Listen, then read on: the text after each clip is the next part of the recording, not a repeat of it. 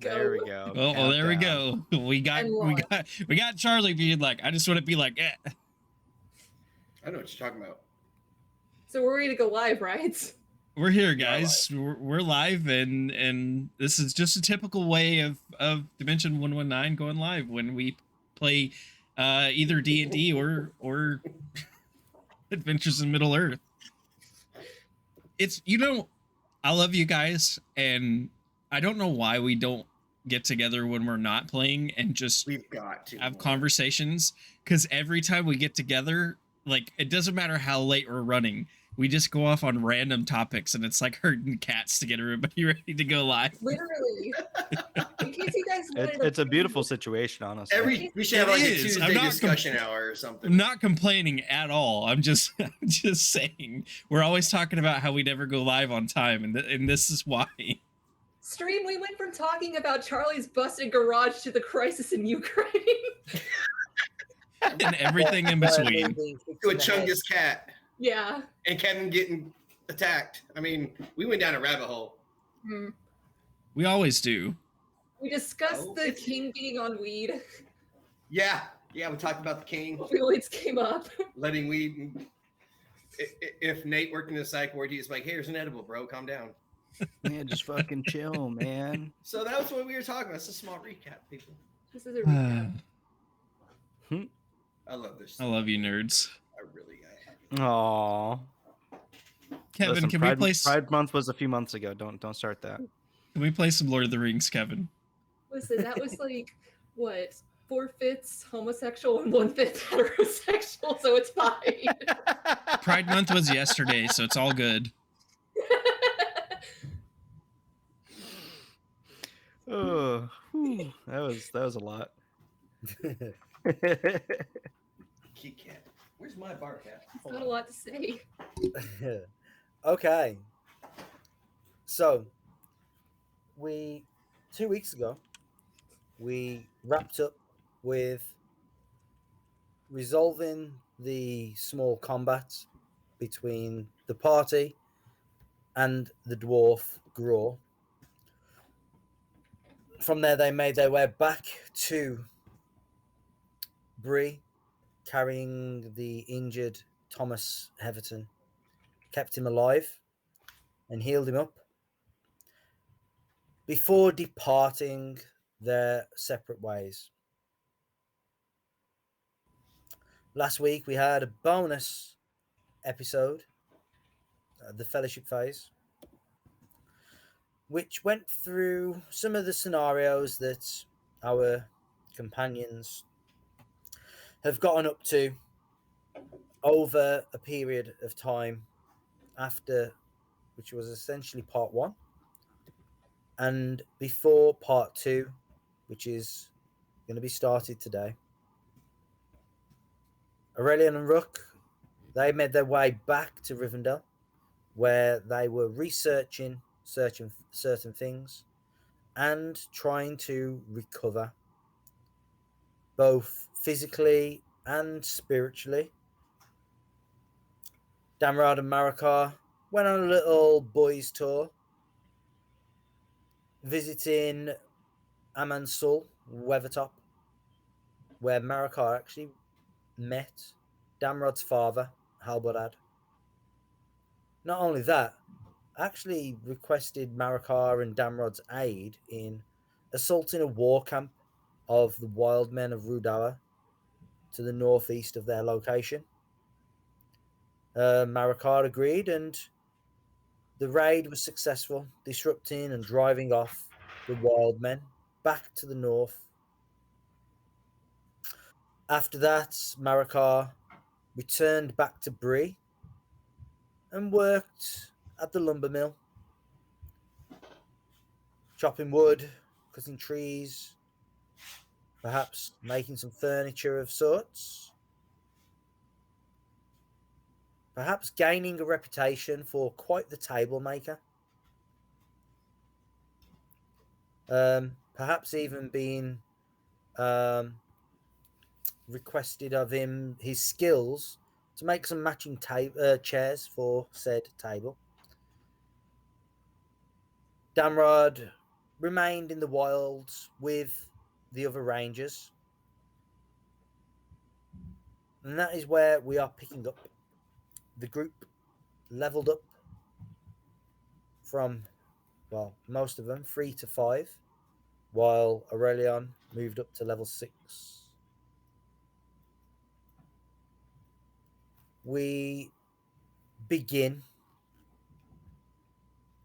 not in Eriador, in Rivendale, or in Bree, at Weathertop with rangers, but in a dark, dusty room lit by a few candle lights and a small window seeing out into the night. A gentleman, cloaked in grey, hunched over parchments, frantically reading. A candle nearby. The room is full of scrolls and old leather tomes.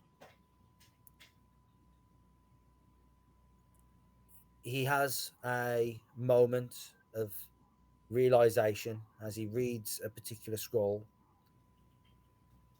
He reads it once, reads it twice, reads it a third time before gathering his tall, pointy hat, which is floppy to the side, grey like the rest of his clothing. He stands up abruptly and paces, strides out of the small chamber, past others who are nearby, stewards and such porters of Minas Tirith. The grey clothed man with his hat and tall staff strides through the citadel, makes his way quickly to the stables, gathers a horse and rides out of the city hastily to the north.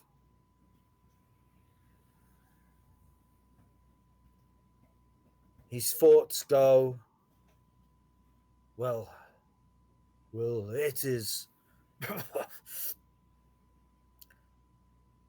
3017 of the third age of this land that is Middle Earth. And it is, as I suspect, the shadow has arisen in Mordor for one reason. It is looking for the last vestiges of its strength, its precious. I must make sure that it cannot be found by any of his agents, of his creatures. For the world will surely end if it does. It must not be found by any. It is, of course, kept secret at the moment, but for how long I do not know. I must hasten. I must travel quickly now north and reach Rivendale, and on to ensure that it is still safe and it has not been lost. He is a good boy, much like his uncle. Fine spirit. I do hope you are well, Frodo. And I am sorry for the burden that I must now place upon you.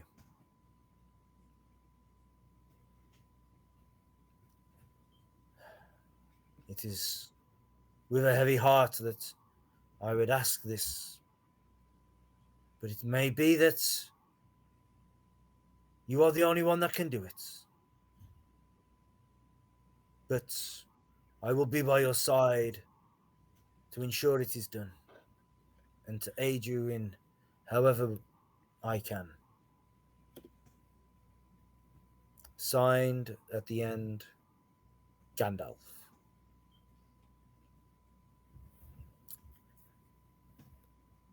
The scene moves to Rivendale, where we find Rook and Orelion sitting beneath a tree. What are the two of you talking about, discussing? Are you just reading Orelion? Rook, what are you doing? Chewing on a leaf, perhaps? So feeling pretty good now. We're back here. Kind of sits up. Are there dwarves around? It's not often that there's dwarves in Rivendale. Well, I mean, we used to do things all the time, and I was just thinking, for old time's sake, if we can find an unsuspecting dwarf, maybe we could play a hiding game with his axe. Rook, do you think that the dwarves don't hate us enough that we should spur them on like this? I think once he understands it was a joke, he'll find the humor in it. And he'll have to use his brain because with your help, we can put it behind a door with riddles that he has to figure out to get into it. I can't do that. I think you can. So Aurelian was kind of like not really paying much attention, but when reading his book, he's like taking a break from the journal and is reading something else. But you applying to his sense of ego, he kind of is just like, yeah, I could do that. What exactly were you thinking of? Well, first we have to see if there's one even here. Okay. I thought maybe Elrond may have said something about summoning a dwarf for a meeting of some sort. Rick, you know I'm just now starting to get a reputation for not being a trickster. You're going to drag me down this hole? Yes. Yes, I am. Fair enough. And he will close his book and stand up.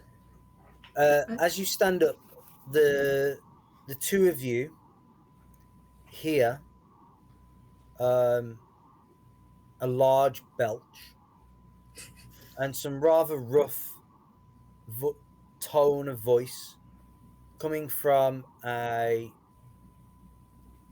small group of dwarves, 4 of them, and they're huddled together as they're marching through Rivendale. Speak of the shadow and they shall appear. The one, bald on top, long bushy beard, pretty tall for a dwarf, to be fair, with a bit of a scowl on his face. Accompanied by what looks like perhaps 3 younger dwarves. Now, look, if you were to provoke the bigger one, he would blow his top for sure. But that may No, I'm not going to pick on him. Is the thing. The younger ones may be a little bit more good-hearted about it. Yeah, that other guy looks mean. These other guys don't look like... They look like they could take a joke. So how do we do this? Do we trip them or we follow them? Well, you remember how we used to pick pockets when we were very young, right? Oh, yeah. I can run distraction. You just slip in there.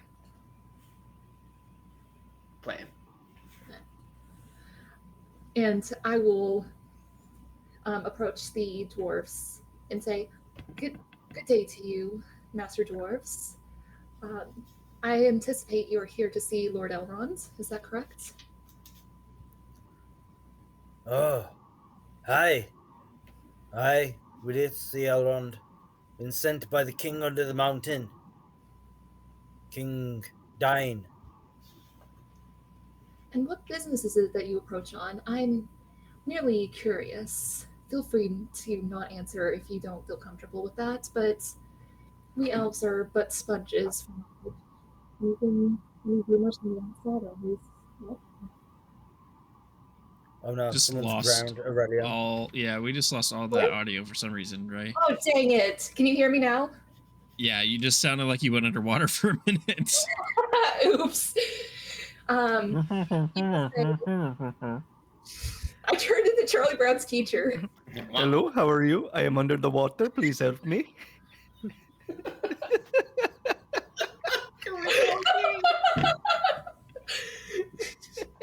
Oh, look, the rabbit hole. It's too much raining. Help. Ooh.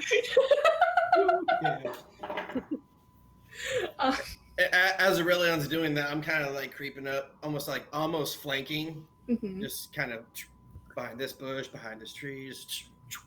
All right, Aurelion, give me persuasion, and Rook, give me stealth. Oh, shoot. Hold on 1 second. I got logged out of Roll20 for some reason. I bet my internet just crapped out. Maybe 26. that's what happened to the sound. Yeah, that's what I'm thinking. That's a 26, my guy. Woo. You can't see me. Would you say persuasion? Yeah.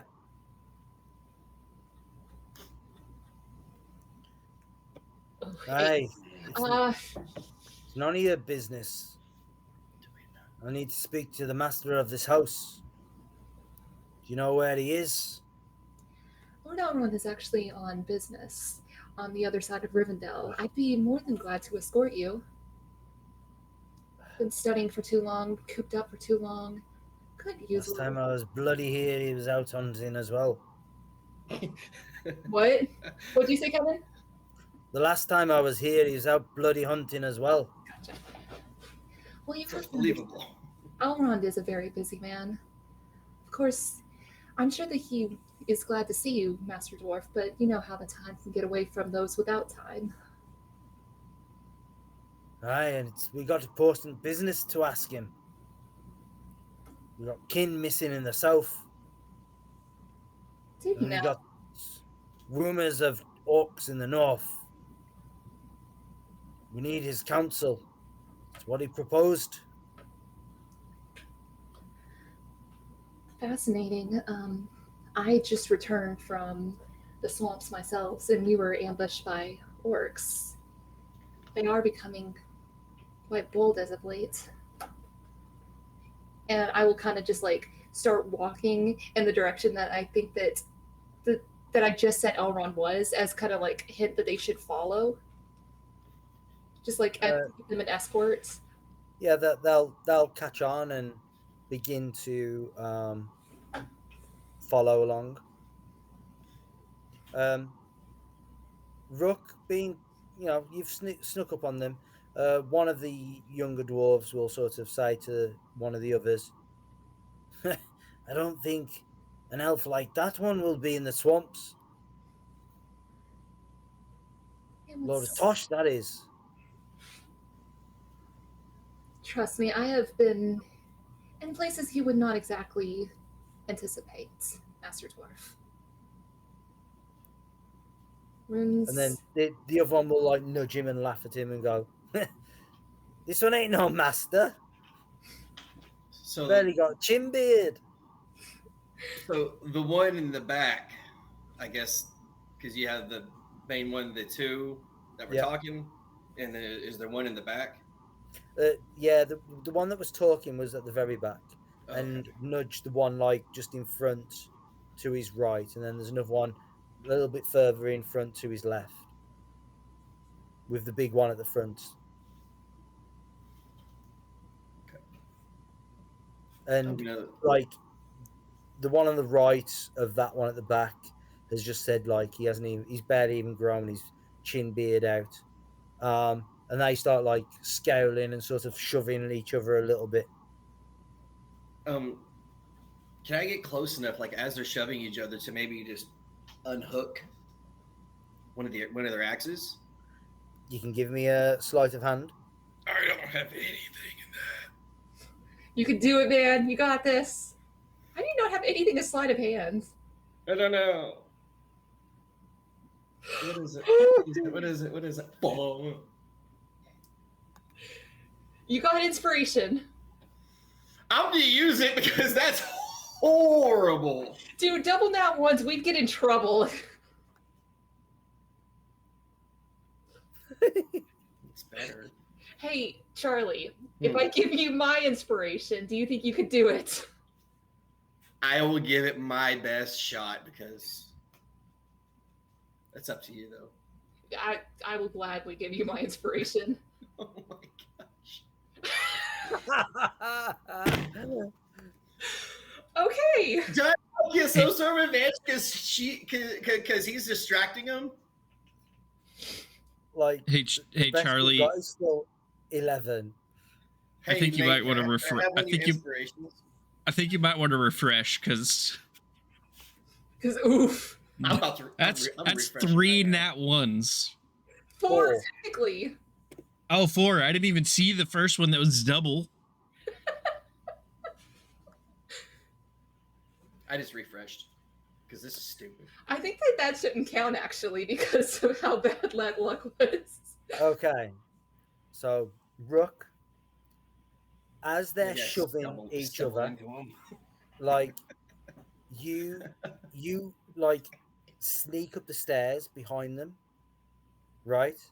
And you reach out, and you're watching these two that are sort of like the one at the back has got the other one like around the neck like this, right? And he's trying to give him like a nugget like this, right? And you sneak up behind the one that's in control of the tussle, and you gently take a hold of the axe, and you're watching these two, and you're watching him.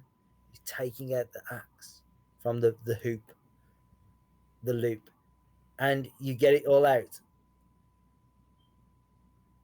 and it's out, and you think you got away with it. No. And the other one to the left is just standing there looking straight at you do it.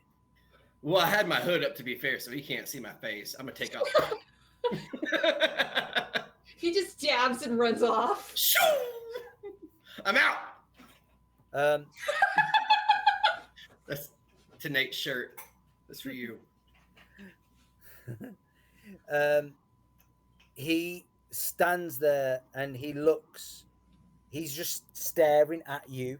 He's watched you walk up the stairs behind the two that are touching. You watched everything happen. He's watched absolutely because you're so like focused on these two, on your mark, that this dwarf off to the left here, you're not even paying any attention to it, right? And is that bad? he just says like, "Hey, what are you doing with McKinn's axe?" And then that's when you like dab, and you I'm out. And the two that are tussling stop, and they turn around and they see you, and you just run. As soon as they all turn to Rook, after him, and go on. As soon as they turn to Rook, I just get wide-eyed and like just hop off the staircase, like just leap and run after him. I just got this mental picture of Aurelion Rook. Okay, Aurelion, I want you to give me an acrobatics check. Okay. No. Nice! As the dwarf that is next to you turns and reaches and tries to grab you,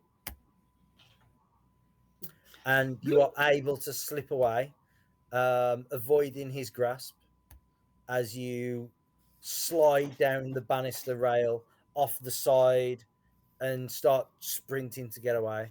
Oh, like Legolas. I want you both to give me stealth checks with advantage. I got all. You're really good at stealth checks, see? Yeah, I've got all this. I've got all the stealth. It's a +9.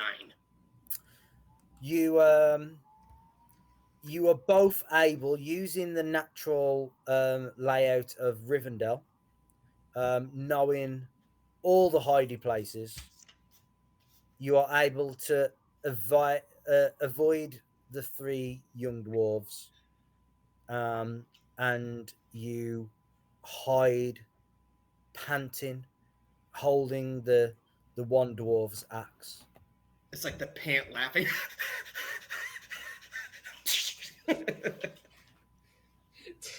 Did you hold on to it? I hold it up. Like, yeah, dude. Here, give it here. And I will take it. He almost too willing, like, here. Yeah, and I will take it, and I will flip it over, and on the very bottom, I will write like "Made you look" in Dwarven, like carve it into the bottom. Oh yes, it's stuck with it now. Let's just hope that's not like a family heirloom axe, and that's No, all that's that's left funnier of- actually. Would start an that- entirely new war. yeah. It's literally like this It's was. like the extra No, footage. no, I'll of, take- it's This like the was extra his footage of father's 5 act. armies. Like, I'll This take was a piece his- of charcoal and like write that on. Just so this was his father's axe, and his father died in the Battle of Five Armies, defending the Elven King. No, I'll write it in charcoal so it can come off. oh. Yeah. Are you going to go and hide it with riddles and such? We committed to the bit this far. We can't back down now. Really? I thought you could be like, no, Rook, we're not doing that. But here we are. No, Okay. no. We're too deep. Aurelian, roll me a riddle skill check.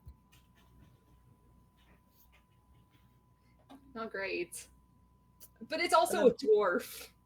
You can I'll give you the advantage for it because you are in Rivendale after all, and you know, like, and so effectively what you do is you evade the dwarves who are angry and stomping around, and you hear the commotion that they are kicking up, and as over the next day or so, while you're waiting for Elrond to return to Rivendell, you place little notes here and there as a little paper trail for the dwarves to try and find the missing axe. I do have a riddle that I've looked up. Okay. I actually just shamelessly stole this. The notes will be like one line each, and it'll say, "This thing all things devours: birds, beasts, trees, flowers. Gnaws iron, bites steel, grins hard stones to meal, slays kings, ruins towns, and beasts mountain down." And I will hide it like Time. yeah, exactly. And I will hide it at a sundial. Yeah. You place like several of these notes, and the final one being this one. I've got it. So they have to find one to get to the next one, to get to the next one, which eventually leads to here. And I imagine you two are off to the side hiding. You've been like shadowing the steps of these dwarves as they've been trying to find them. And let's see how long it takes them. It takes them probably 2 days altogether to work out these riddles. You think we're supposed to be going that long? But like Here we are! 2 days is nothing for elves and dwarves, right? Dwarves Like, is a little it's just more. like Do I a need a minor riddle? inconvenience. Also, Elrond's been gone for a day, so they're putting off talking to Elrond to go find this axe. Must be an important act.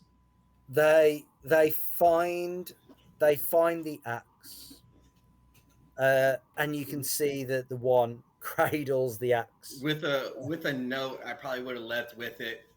No hard feelings. I hope you had as much fun as we did. No. Hey, feel good music.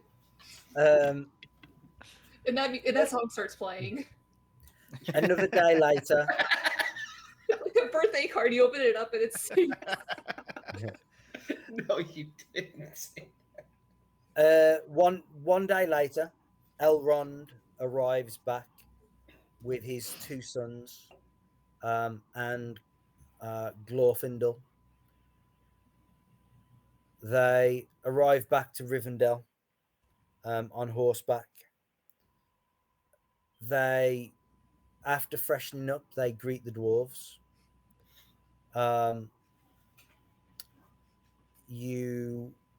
The two of you, however, are soon called to the solar of Elrond. It is Glorfindel who has come for you, fully dressed, fully clad in armor, sword on his hip. And Glorfindel is slightly taller than your average elf, broader than what you would imagine an elf to be, and a light seems to shine in his eyes. His hair is golden, a radiance, as a memory of the light of the two trees long ago in Valinor, from whence he came originally with the Noldor elves.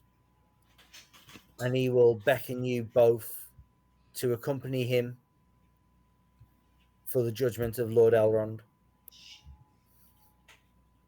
And he Does will look mad? say it again. Does he look mad? Give me an insight check. Oh crap! Here we go.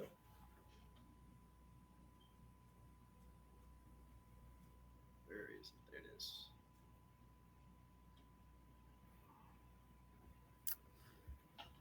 is. He has a very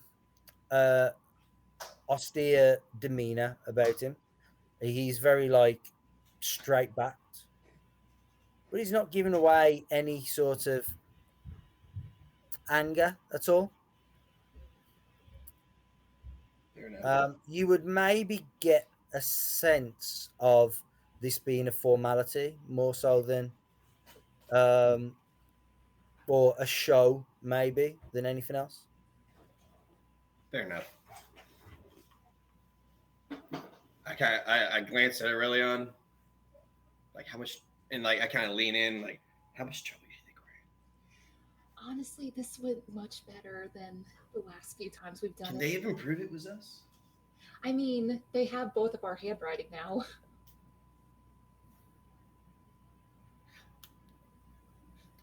Stumped. He just kind of puts. He's kind of just like, oh no. The fact that we're whispering about this exact thing. Do you think Glorfindel doesn't hear us? Well, I figured if he's will- an elf and we're an elf, we can whisper to where he can't hear it at least. He would have had you walking in front, but he would have maybe just coughed to have you sort of usher on and shut up, sort of thing. Stop whispering to each other about something he can probably hear. Yeah, that's what I'm saying. And he takes you to the chambers of Elrond, who's sitting in a chair, who's reading this large tome at this moment in time. And he sees you both come in, and he nods to Glorfindel, who steps back out and closes the door. And he closes the book and places it on a table, a small table in front of him.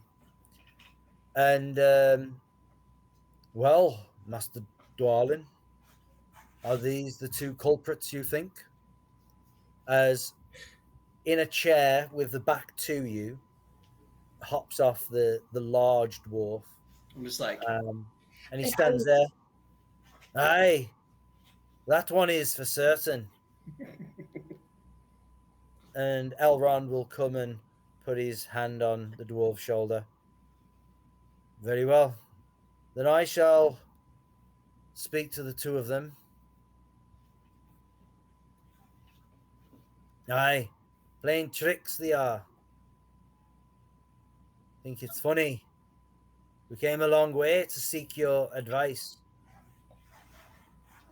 No and you trick. shall have it, Master Dwalin. We Please, be at ease. we simply wanted you to see the most of Rivendale in what I little was time, just about to say. what little time you had to spend here. That's why the answer was time, for it is the most important thing that we all share in common, be it elves, dwarves, or even that of men. Oh, Elrond says. There are surely better ways, Aurelion, son of Talvin, to show such hospitality to our guests. Lord you, Elrond, I talked him into it. It was my idea. He And you, I Mablung just of the Woodland Realm, should we've know been better than to mistreat your neighbors. And he looks at you with a questioning look, as if you know better. You've been told off for this before. Mablung is, of course, just trying to lessen the blow for me. This was entirely my fault. it wasn't.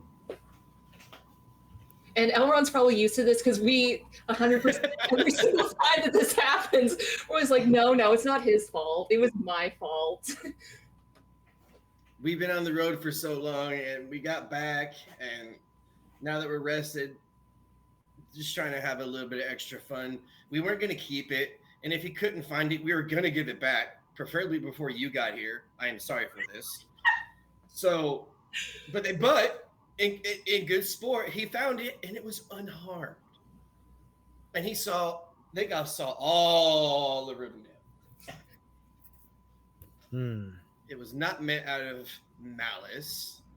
Enough. It's a little bit of fun. The two of you. Aurelion, I'd have thought you had moved on from this phase, but it appears Mablunga's influence has brought this mischief back into your life. Give me an insight check, Aurelion. You got it.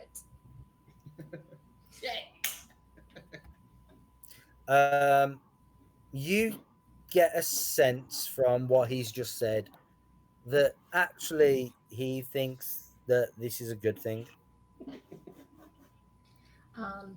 If the dwarves were paying attention, they might notice him like just barely crack a little bit of a smile, like maybe the edges of his mouth turn up a little bit.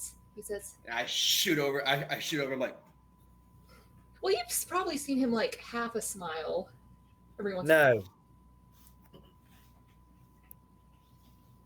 There must be a consequence for the two of you. And I think a fitting one, looking across to Dwalin. You shall spend the next 3 days washing and tending to the clothes of the dwarves. Yes, I think this is adequate enough. Do you agree, Dwalin? And he has a beaming grin on his face. He's like, aye, that's mighty fetching, for my feet get all sweaty on the road. My socks get right in between my toes. Yes, of course, Master Elrond. Very well. It is settled then. Here, what are you talking? It is settled then, Dwalin, correct? Aye, it's settled. Good. You can both leave. And on the way out, I'll turn to Rook and be like, I think the fact that he's having 2 elves tend to his clothing is going to be worth more of a story than the actual act, don't you? I look Aurelion dead in his eyes, say, no, because this was great. You know what? It's a pretty minor punishment than I thought we were gonna get. So you know what? Let's wash some clothes. totally worth it. Yeah, that sounds good. Out of curiosity, Aurelian will absolutely bring up, like, maybe we do one day and then we sneak out of Rivendale. Yeah, Um, that's a good idea. and We gotta do one more before we leave. Kevin, if I could, I would like to slip a note into his shoe that says "Made you look" in Dwarven. Yeah. Just both of you give me stealth checks. That's to see great. if you are caught. That's great. Oh no. That's great. Oh no. Oh, that's great. Woo! Okay. You are able to both. You are able to sneak out on an adventure for a On few the way days. out, I look at Aurelia. I'm like, "Come on, that was fun." I'll admit, I feel like I'm 2,500 again. Honestly. Right.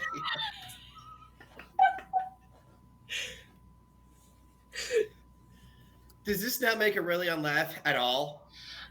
He does smile a little bit, and it's like it's a genuine smile. He does look happier. He looks like shut up, Nate. He does look happier, but it's not quite the Aurelian used to know. It's not the mischievous smirk, like haughty laughter that he used to have. It's more just kind of, well, that was fun and reminiscent. I say, even though you're so gloomy, that little smile, I'll take it. And he goes, "My life's work is complete." And I do that at him. Do you think Maracar will be mad that it was over 2 weeks? Do you think he'll notice? Human age is different, so most likely. How long have we been gone exactly? Yeah, that's a good question. Who knows? You elves. Who knows? Who counts days? Have we been gone for 30 years? Would we know? Guys, there is a currently a pack of dogs raiding our chat. So just be careful. Watch out, don't kick the dogs while you're walking. Thanks for the raid, Scott Dog. Welcome in. Hey! I was like, my first thought went to puppy. I forgot that we have two friends who are dogs. I thought it was like some virus that we're just waiting in the chat and it's just like dropping dogs. Yeah, the common expression dropping dogs. Like they're hot.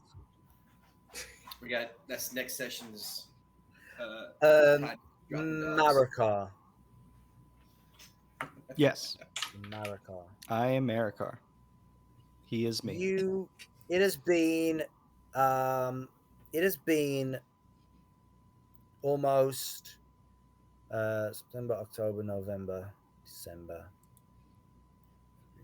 It's been more than 6 months since the elves left. It's maybe even gotten to a point where it was that long ago and that brief a time that it's like, you know, when you go away on holiday and you make a small group of friends and you hang out while you're on holiday, and then we'll keep in touch and all that, and then you get back from your holiday and like you never speak to them again. In fact, can you even remember who they was? It's getting to that phase maybe with Maracar. I'll let you decide that, obviously, but you've just been day by day, just spending time chopping wood. Perhaps your hair has grown longer. Perhaps your beard has grown fuller. Perhaps you have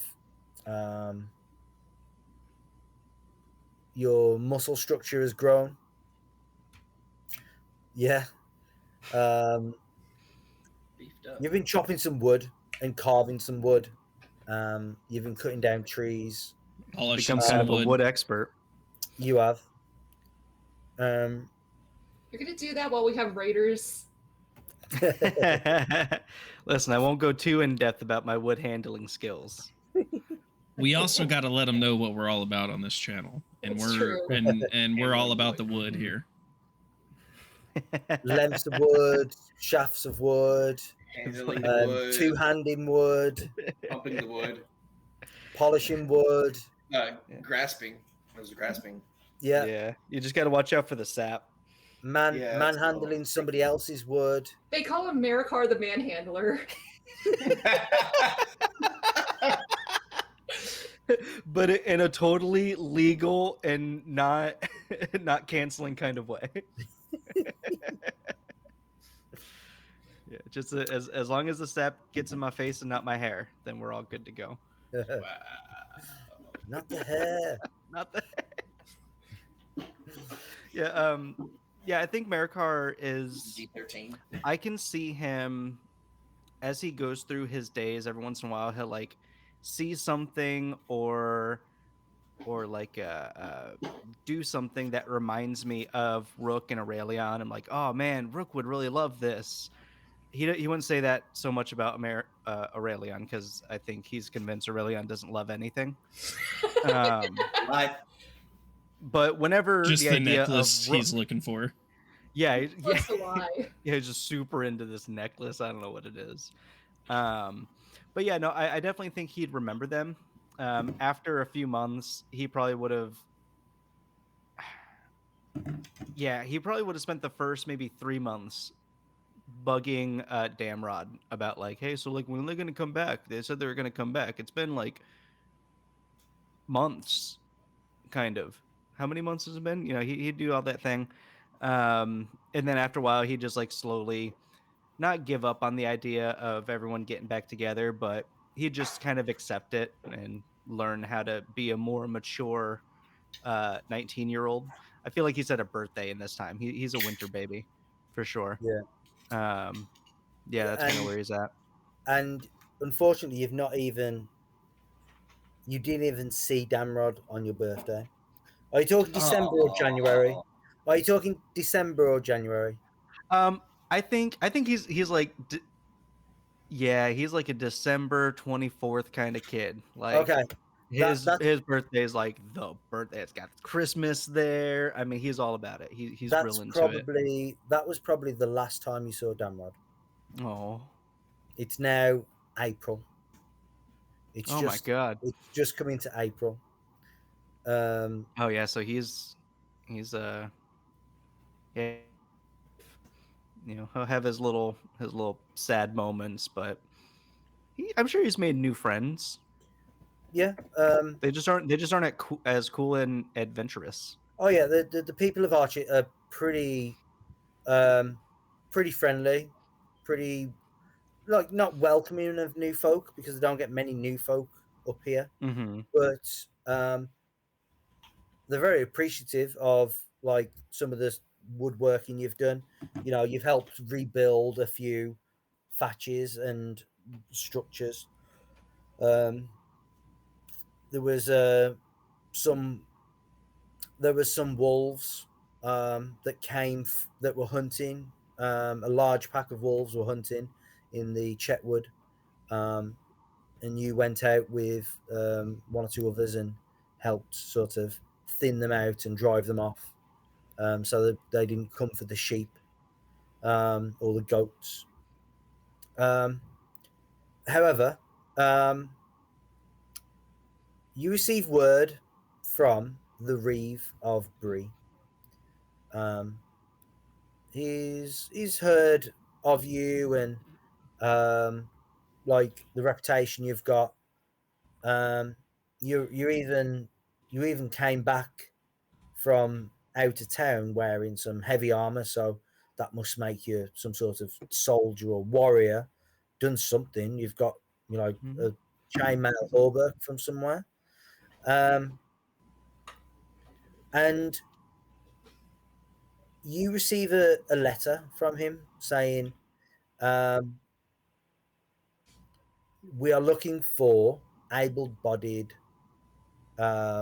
people to come to Bree and help with a situation at the gate. We have a group of refugees from the south that are potentially going to cause some trouble, and we need some bodies to add just a bit of security at the gate at this moment in time. We would like to pay for your services. Would you please consider this? So he would read most of it, um, but I think really all he would get out of it is that the Reeve wants him to go to Bree and like trouble, Yeah. something like that. He's not a strong raider, but I feel like he'd get enough to be like, okay, well, I got to go to Bree because the Reeve needs my help. So Is that something that you might have looked at improving over no, your time? No. Okay. no, no. He cares so little about reading things. Yeah. Um, yeah. So if it was important in his head, like important things are in like really big bold letters. He didn't see anything like that. I'm assuming.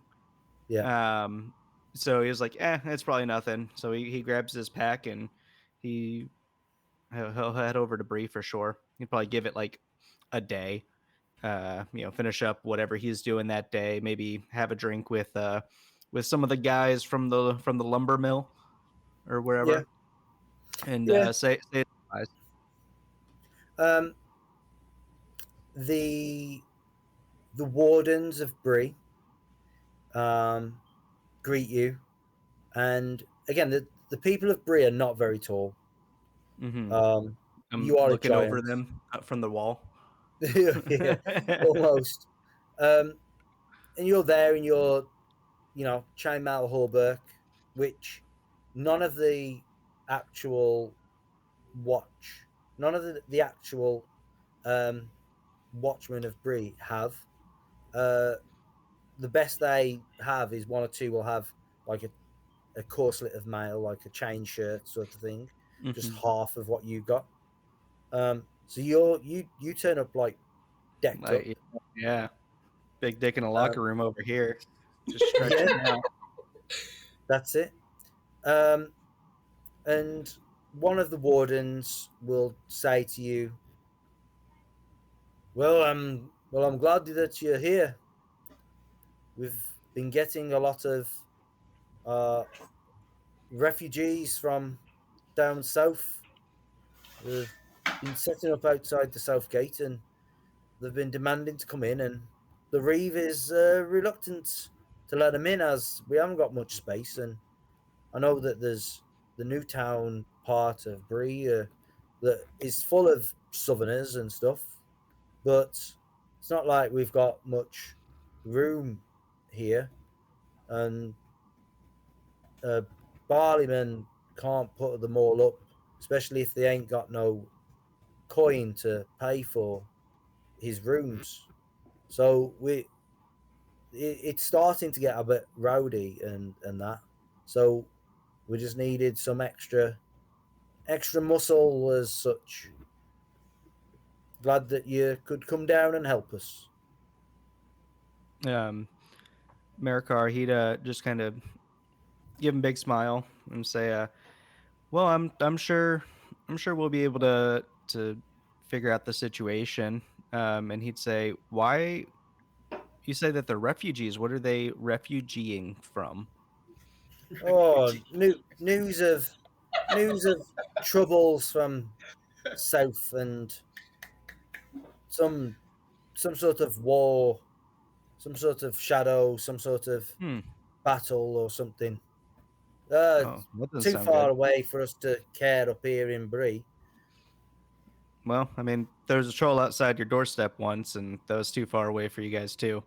No, that's nonsense. A troll. And You he just still kind of, believe in that? and he just says, "No, it's probably just a story." And Yeah, of then course it he, is. yeah. A troll. Um, in his head, he's like, "Do you fucking know me? the Like, do you know like who I am?" there's definitely like two other wardens that are looking at each other going, there's definitely a troll head. Like we Did we you not see we me shot put we that over the we, wall? we saw it. But then they're not questioning this guy. He was just like, Yeah, yeah, nah. I was yeah. asleep at the time. I didn't see it. Right. I don't believe it. Everyone's telling these weird stories. Yeah. I don't Yeah. care if everybody else tells me it's true, unless I see it for myself, it's not true. What shape is the planet of Middle Earth anyway to this guy? Is he a flat Um, earther? I believe at present it is currently round. Um, it did used to be flat, but it is currently round. He's not a middle earther, he's a right earther. Better than the left earthers, right? Ooh, yeah. Them damn lefties. Hey, did you guys see that over there? It's the rabbit hole. Oh yeah. um, Those yeah, things are everywhere. he'd go through the gate and he'd go look for the Reeve and see him get kind of a rundown where he wants me, what the duties consist of. And of course, now that I Duty. understand I have to pay for stuff and like live and be a proper member of society. Yeah, it's got nothing to do with trade anymore. And Yeah, I'm just like, oh, I gotta pay for this. I thought, you know, okay, fine. Well, I'll go find gold. Apparently, that's what you have to do nowadays. Or I guess I don't know what they use: silver, copper, yeah, coin, copper and silver. Gold is probably you might mostly. Yeah, yeah you might have a gold piece or two from Rook. yeah, yeah. It's my lucky gold piece Yeah. Of course it is. to go along with my lucky rabbit. And your lucky so five. so the Oh yeah, he's taking up smoking too. He likes it. yeah, it comes with a beard. Um, Oh so yeah, I gave you- him my elven. Yeah. yeah, Hey. you go to the Reeves house, and it's the young assistant that greets you, and he has a clipboard with some parchment on it, and he's writing on it.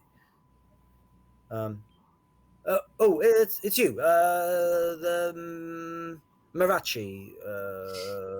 Oh, that's cool. Marachi. Huh.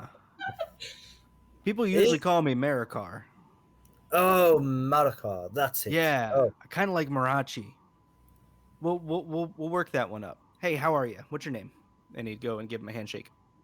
um, my name is Owen. I believe we have met before when you and your companions first arrived here many months ago. Oh, it's been a while, Onan. How are you? Yes, Owen.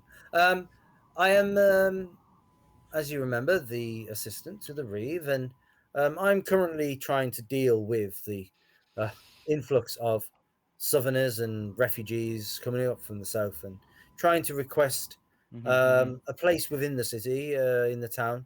Um, but it's getting quite potentially could be quite rowdy. So I am awfully thankful for. Sorry, the Reeve is awfully thankful for you coming to join us, and you will be compensated accordingly. Now, if you would go to the South Gate and um, listen to the wardens in charge there, and just make sure that none of them get in that shouldn't be allowed in once given permission. Okay. Who is the one giving permission? Like It will be who decides? it will be myself. I mean, it will be the Reeve. Hmm. Okay. Well, anyone in particular I need to talk to, or just Commander Warden.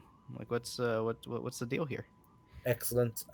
There should be some senior wardens down by the gate. I haven't got all of their names at this moment in time.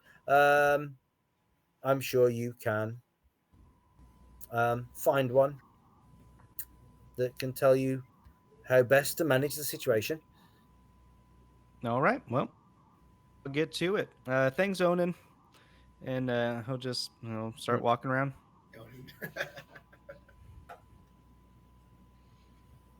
And he'd go to the south gate. And does he like recognize any of the guards there, or You might have seen a few potentially a while back, every now and again on trips to Bree. There is one that is very busy. Mm-hmm. You know, he's running around, he's trying to give orders to people, and he's been a busybody. And then some of the others will give him an order, and he'll sort of do some sort of salute, and then run off quickly, and he'll come back with like a bucket of water or something. Like that's the most important job he's ever done in his life. No, good. Yeah, and you recognize him as the young man who, when you first came in to town, was watching you like a hawk. Oh yeah. Not Harry. That was the other guy.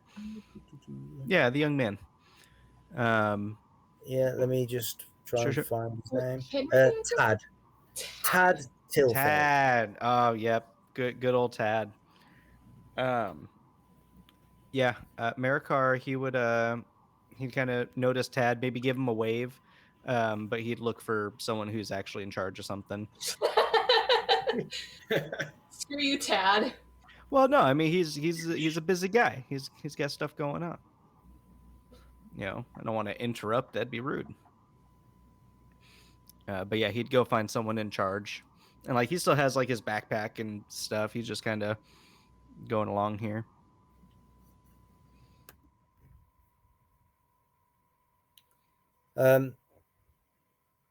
Damrod.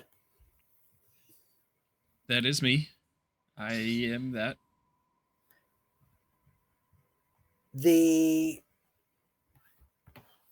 You and Maracar went off with your father, and with several other rangers, assaulted one of the wild men camps that had been established to the northeast of the Weather Hills.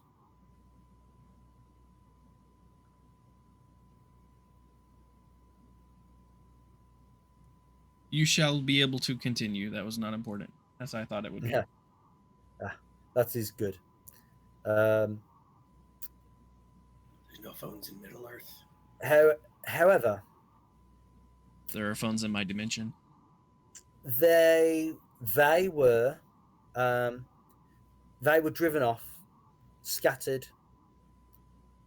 However, as the winter wore on and you said goodbye to Maracar, even finding out it was his birthday, you returned. You got called back to the Weather Hills by your father, where he informed you that more and more smaller war camps had been established, and that it seemed like a larger campaign that the wild men had begun. So over the winter, you have been ranging from the Weather Hills and the North Downs, in groups of 3, 4, 5, skirmishing against these war camps, scattering them when they pop up. Eventually, enough rangers were gathered together and you met them in a small battle, breaking their resolve for the winter and scattering them back to the north. Hopefully for some time. However, it is time now, as spring is upon you, to rest and recover, for there's been no sign or sightings of the wild men for a few months now, 2 months. And you haven't seen your friend, if you call him a friend, I guess, Maracar, and perhaps he's going to be worried. So you have chose to make your way back to Bree.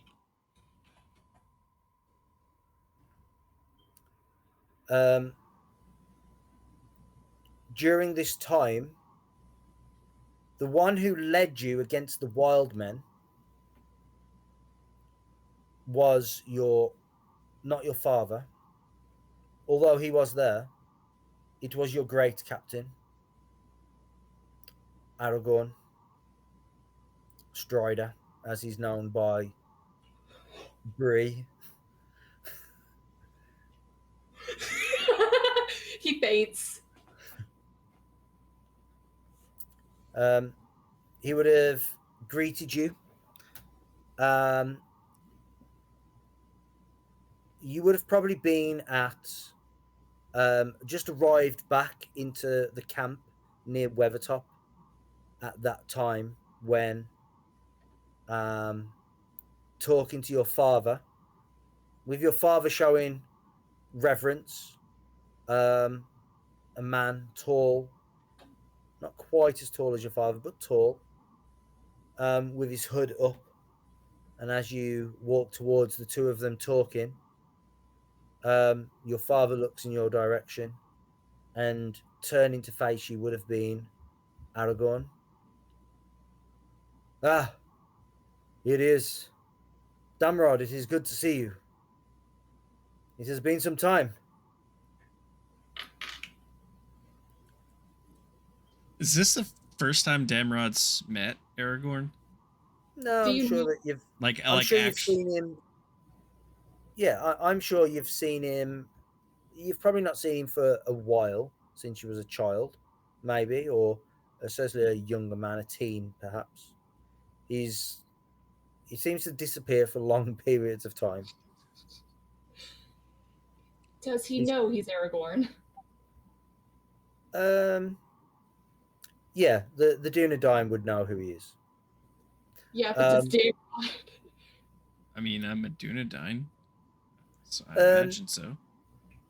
Like, give me an intelligence save.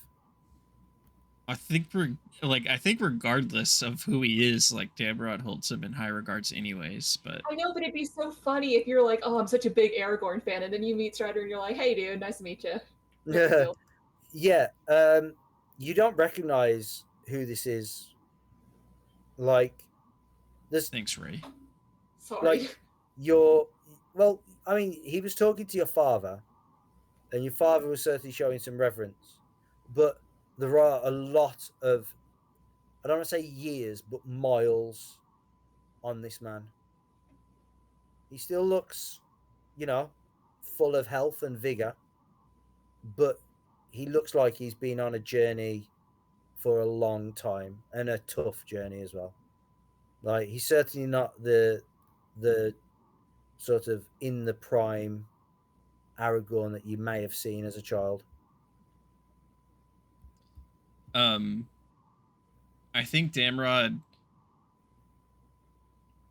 like reaches out his quote unquote iron arm, in a handshake, and greets him and shows a lot of respect, because he saw that his father was kind of not bowing down, but showing reverence to this man, but he doesn't recognize exactly who it is, so he shows that very high respect, but he's not geeking out yet.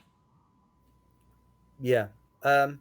he would take it and sort of do that double, like take your wrist in the forearm clasp, and then like put his hand on your upper arm and feel the sleeve. This is a fine work. Where is it that you have found this?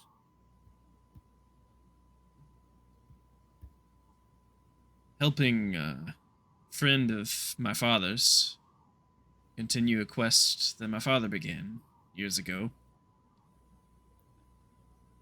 It's led us places all over near Bree. Discovered this in a troll cave.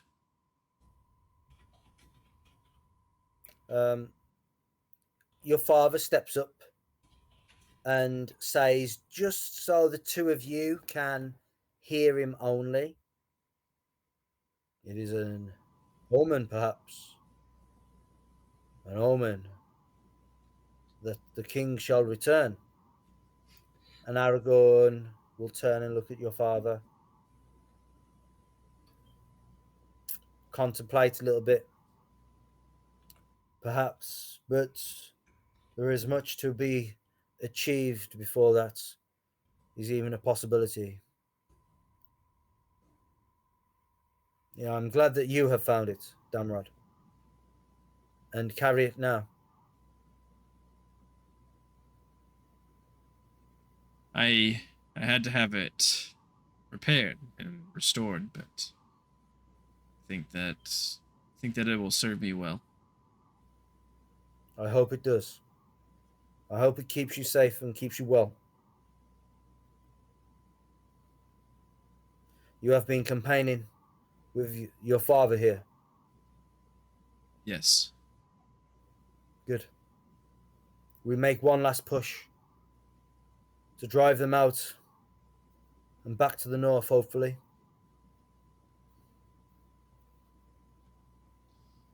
Once that is done, we have more work to do. Do we know why they're out in such numbers? Give me an insight check.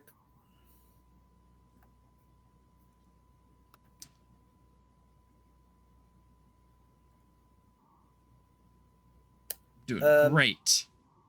a look does pass his face, but you can't read it. And there's a pause. I'm afraid we do not know yet. But we must do our job. If we do not drive them out here, they will continue to push south, and Bree will be exposed, and so too the Shire. We cannot let that happen. Not now.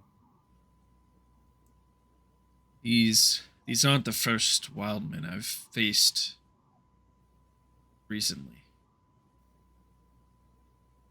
The company I escorted to Bree was attacked on the road. Caravan lost many men and women to the wildmen before we routed them. They're getting rather bold. It is unusual that they have come so far south, and in so many numbers. I've seen many of their clans here, or it is reported such. If it wasn't for the elves, not sure we would have won that fight. He looks questioningly at you. The elves? Which elves do you speak? An old friend of my father's, Orelion, and a companion of his, Mablong, or Rook as he likes to call himself. Yeah, he would have. I am not just a companion. He would have looked at Halberad, and Halberad would just like shrug his shoulder and say, I sent Aurelion some information about potential leads into, you know, it appears that he left Rivendale and was found by Damrod here and escorted to Bree. And there, Orelion got into some mischief, it seems, and has now returned back to Rivendell.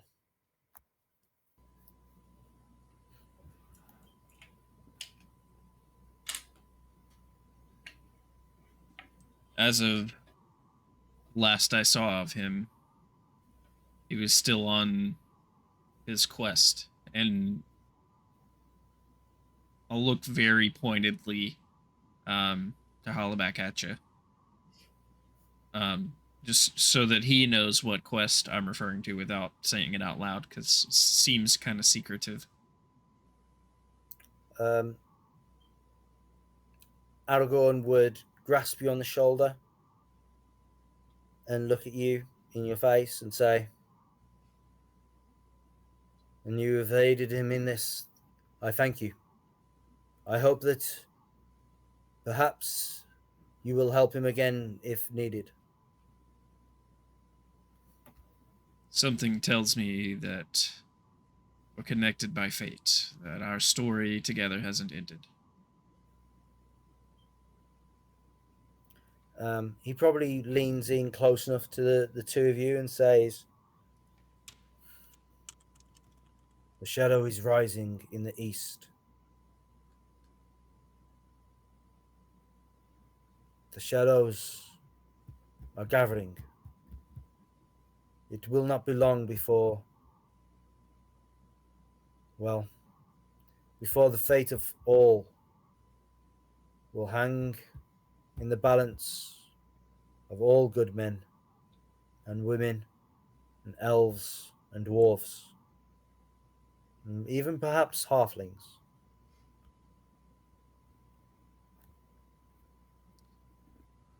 When he says, just when he mentions shadow, Damrod's hand shoots down to his sword, and you can hear like the creak of leather as he's gripping the handle of the sword, and he looks to his father and Aragorn and says, "Should I venture east then, vanquish the shadow?" It is not yet time for our people to make that journey. But when the time comes, perhaps we will all go east.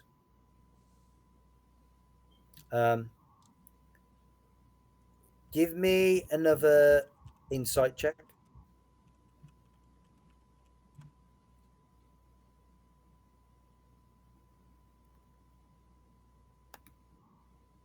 Wow. I'm doing great tonight. I'm on a roll. 20. Can I use my inspiration on that? Yeah. Way better. You you see something, an expression, something just go across your father's face as you're talking, as this talk about your people going east to fight the shadow.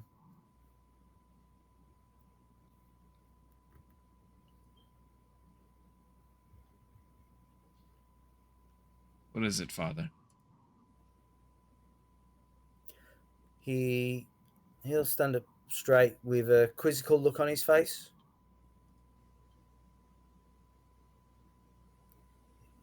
It will be our time soon enough. Perhaps not all of us will make that journey, though.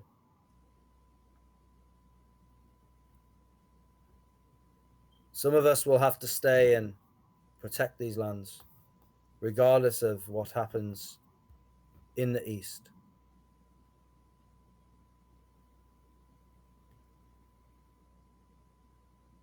Anyway, come. We must Eat and replenish. Tomorrow we march out.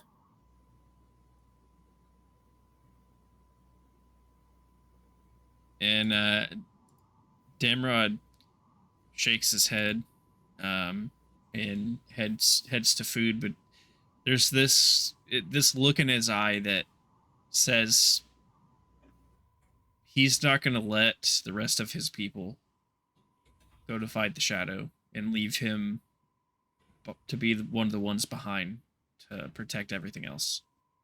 That he's devoted his life to not only to restoring the history of his people, but fighting the shadow. He's a shadow hunter, and he will do everything in his power not to be left out of this fight. Does he say that? No, just like a inner monologue. Yeah. No, that's good.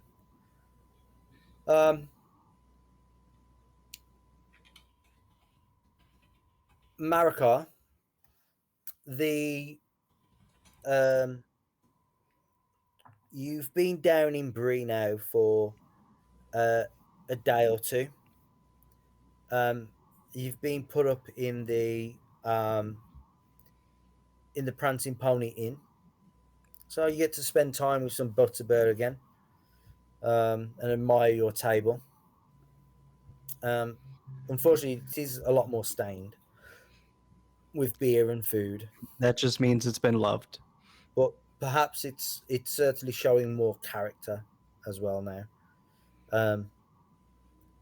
Although last night you did see someone starting to carve a heart shape into it, Mm-hmm. like in his cups, starting to carve a heart shape into it with a small knife. Mm-hmm. Yeah, I actually think Maracar would not mind that at all. I think it would be like it would make it feel like it's supposed to be here kind of thing. Yeah, And that it's being used for the purposes that it was made for. I think he'd almost feel like not proud, but when you see something that's like, man, that yes. Yeah, he's got that kind of feeling about it. he would probably get halfway through it before not finishing and collapsing. Even Uh, better. Even better. That's perfect. Because now Maricar can go back there when he's old and be like, I remember when I saw the guy actually carved this in. Yeah, that gives him a story. He likes that. Excellent. This morning, however, there were even more of the refugees outside the gates camped, to the point where they've come to the gate and are starting to sort of bang on the gate. Some of them are, and shout for entry. You've made your way down there, and the warden in charge is trying to dissuade the group outside. Um, so with me in my post, what have I been doing? Like, am I just like standing there telling like, no, get away from the gate? Or have I been like going out and like with these people and like doing stuff? Have I gotten to like know their situation and been able to talk to them and stuff like that?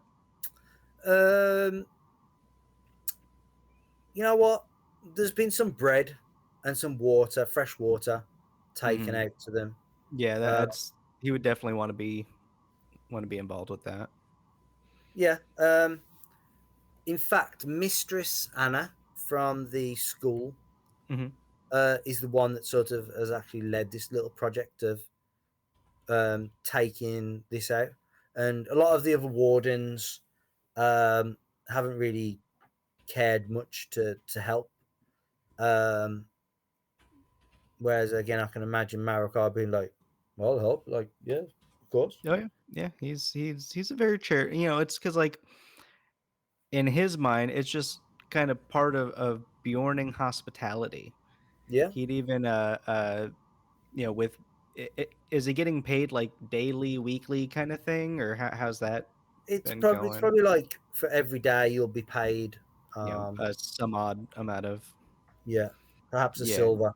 hmm He would be using most of that to bake his honey cakes and kind of split them up into portions and stuff and hand them out to people as much as he could. Yeah, they are going down really well. Um, Oh, I'm sure. they're reinvigorating these people who have marched. They've had to walk a long way to get to here. Yeah. Yeah, and I just hope, kind of, for me, I haven't just been fueling the army of refugees that are going to storm the gate. It's like, here, take your exhaustion away. Would you like weapons as well? But yeah, no, he would be trying to do his best while, politely but firmly being like, listen, only some people can go inside. I apologize, but this I'm here to help the best I can. That whole thing. That's kind of Yeah, what he would like to be doing. yeah. Mistress Anna has also um, spent some time just patching up a few of them, hmm um, bringing out some medicines. Um, just helping them. Again, we've just had a winter, um, and so some of them got sick, and she's helped clear them up effectively. Um, Orelion and Rook, um, you have you came back from your adventure. You finished reading the journal. Um, Now it's time. You need to find whatever ranger it was that found Nate in the wilderness and brought him back to Bree. It's one of the leads that you have. So you can't do that in Rivendale. We've So already you, left. Yeah. You're on the run. so Kind of. so you packed your things and left Rivendell, um, horses and all. You pass across the last bridge, travel the road towards Weathertop. You pass the place where you fought the wild men, and you pass and even camp in the same spot as that you did when the company stopped at the base of Weathertop or near Weathertop. There you rode on through the lone lands. Damrod, hold on, before we do that, is there anything Rook and Aurelion would have spoke about? Any more lies you want to tell or withhold from Rook? I think I'm good for the time being. But he would bring up the fact that the dwarves were having problems in the south and how it seems like the shadow is spreading and how we need to be even more cautious. Um, yeah, I think as we move along, uh, maybe meet up with some of our former companions and push forward. I think I think we both know that's where we're subconsciously heading. Even if we didn't want to, it seems the strands of fate are bringing us together. That's what I hope, at least. I agree. Rook, did I ever tell you that a while ago, back when I made the journey to Regulon, did I ever tell you who exactly was with us in our company?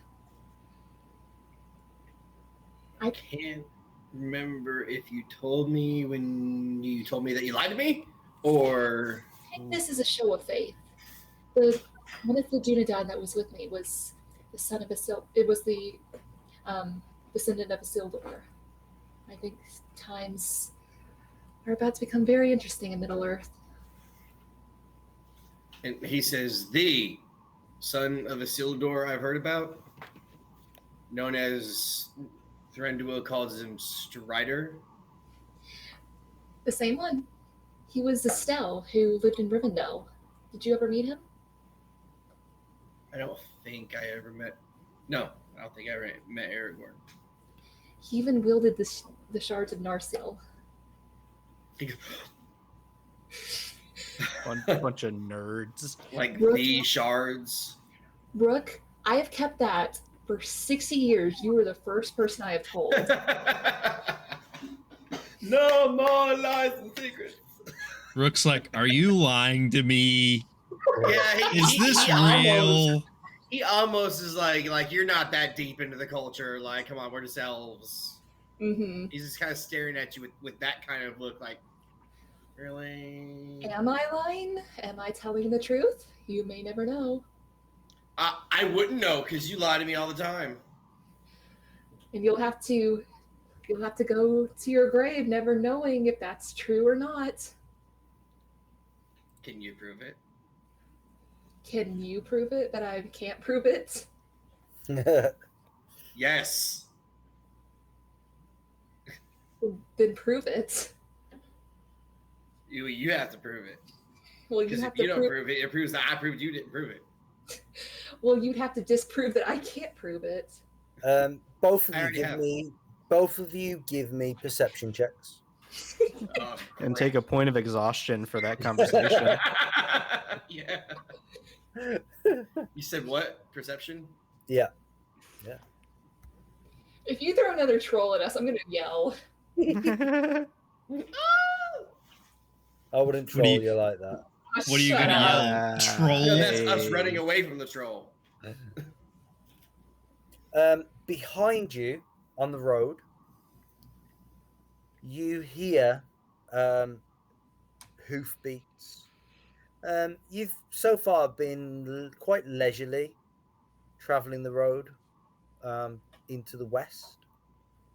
But on the road behind you, you definitely hear hoofbeats soon to overtake you. Off the road. Off the road. Off the road. Yeah, Off yeah, the road. off the road. I'm like, off the road. Off the road. Yeah, I immediately swerve my horse, adrift that horse. Skirt.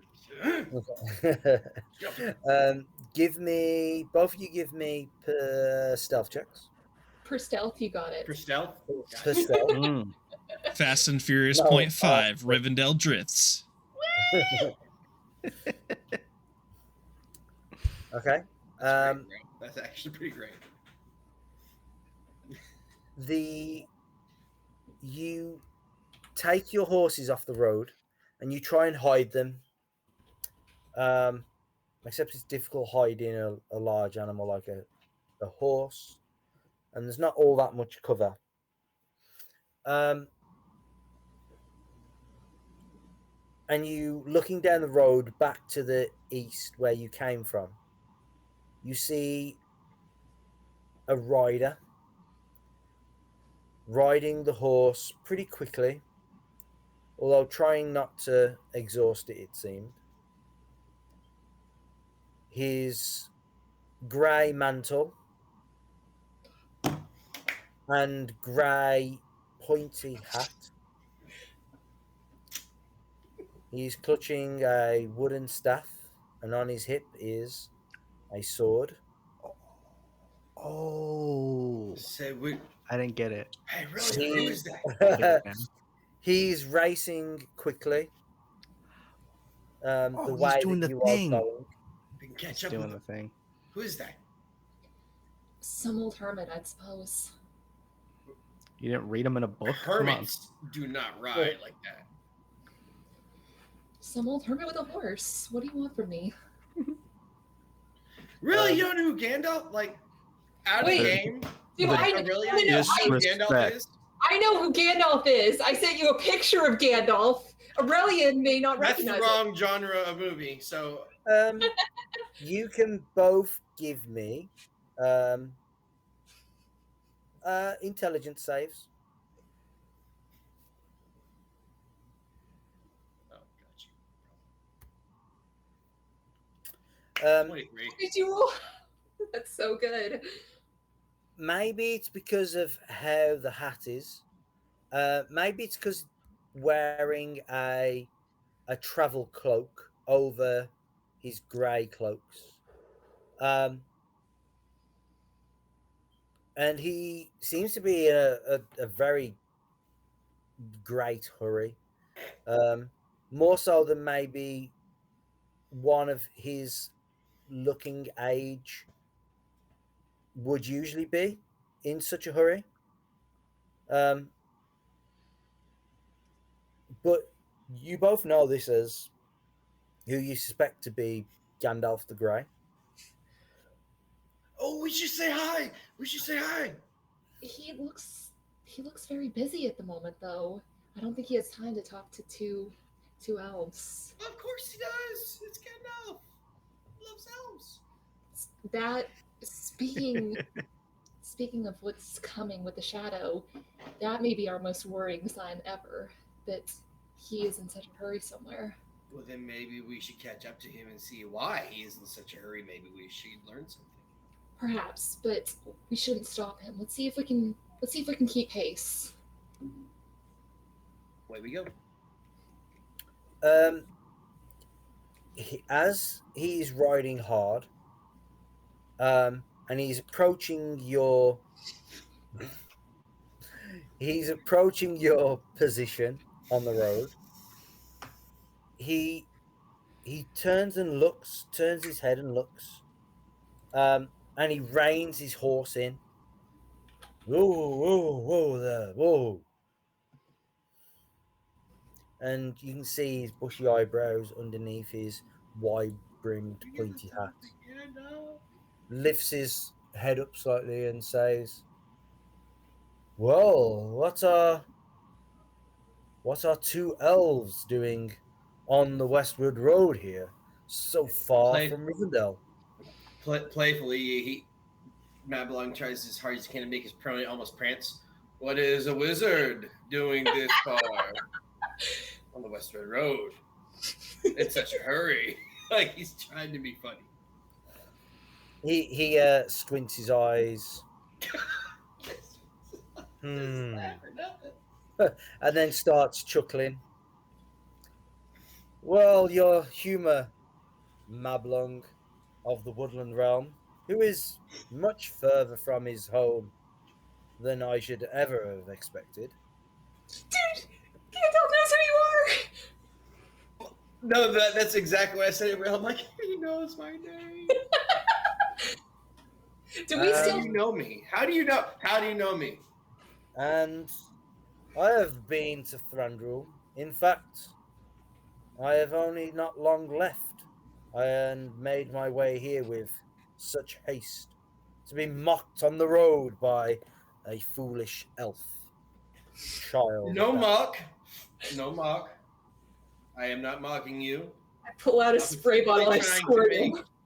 I was just simply trying to lighten your kind of looks at him very much like my cousin gloomy mood. You seem like you're not in the greatest mood. I thought that would get laughs out of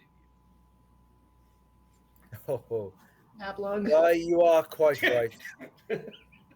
I shall warn you, however, the roads are becoming dangerous. You should take caution. And what of you, Orelion, son of Talbot? He knows you do. Well, no offense, dude, but I've been out a few more times than you.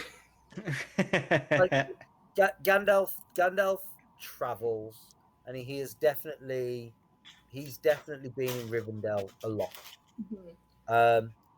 And he certainly visited Thranduil a few times in your lifetimes. So Aurelian will just bow. Please ignore my cousin over there. He gets out so rarely. We merely saw you coming and thought that maybe you being in such a hurry was a bad omen. We hear that the shadow is creeping closer every day, and worry about where its touch may be headed.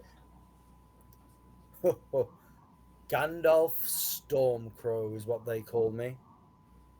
Herald of bad news. Unfortunate. It can't be. Oof. Although too true, for if I am bringing news, then it is usually that things must be taking place.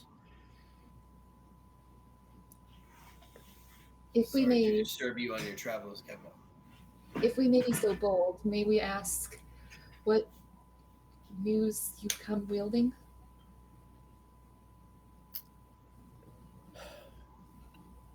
Trouble in the south is all I can say. Yes, I The expect shadow is moving. I feel it is preparing and gathering. We also came across a group of a group of dwarves in Rivendale that came bearing similar news. Dwarlin's group, I believe, I guess. Didn't quite catch their names. I passed them on the road also. They were crossing the mountains and heading back home.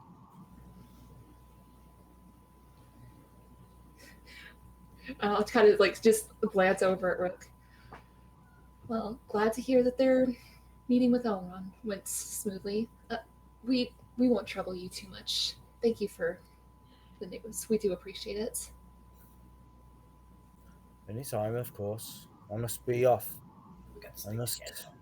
reach the Shire as soon as possible. The Shire. That seems awfully inconsequential.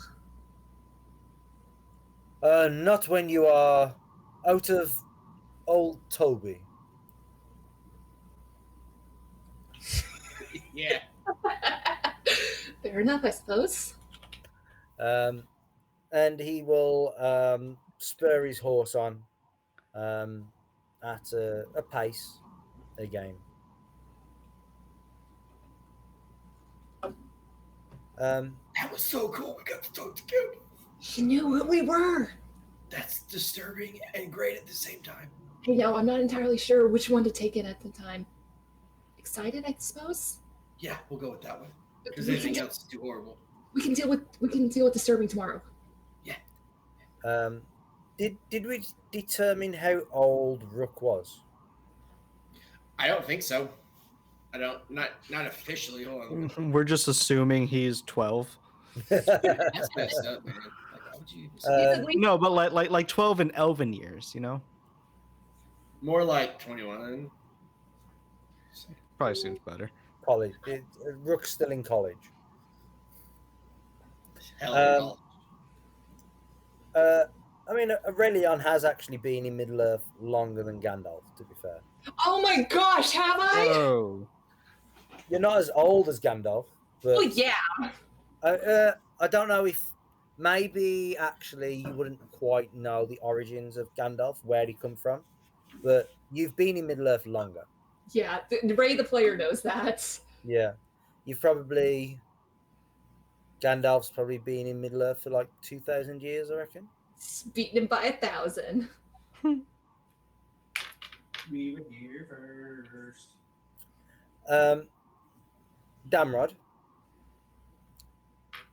you approach Bree from the south, and as you do so, you see a large encampment outside the south gate. It is scattered and ramshackle, not orderly at all. You see lots of families, people milling about. And it also seems by their camping arrangements that they've been here for some time, perhaps 5 days, or And you see that there is a group of these currently banging on the south gate, pushing against it, shouting things such as "You've got to let us in." Why won't you let us in? We just need shelter. Typical refugees, am I right? Mm. I mean, at least Bree built a wall first. Am I on a? No. Do I have a horse? That's up to probably not. No, I mean, yeah, nah. You guys, the Dunedain will know how to ride horses, but it would be probably used as quick messengers to get around the place rather than, oh, I think I'm just gonna, go and visit my mate down in Bree. More so than, yeah, I don't think you'd get a horse for that. Okay. I think Damrod will approach the gate and probably try to find one of the people at the gate that's like the calmest.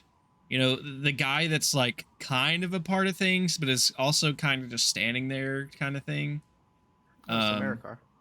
And just kind of like ask what's going on. What's Maracar doing at this point? You're down at the gate as well. Probably exactly that. He's Are like you kind of a part of thing. What was that? Yeah, I was going to say, are you outside the gate, do you think? He would take as many opportunities as he could to be outside of the gate. Okay, so And Maracar, I'm sure just his presence being there might kind of keep people from storming things and causing too much of a ruckus. Yeah. But yeah. Let me have Thomas Magwort. Who is the first ranger?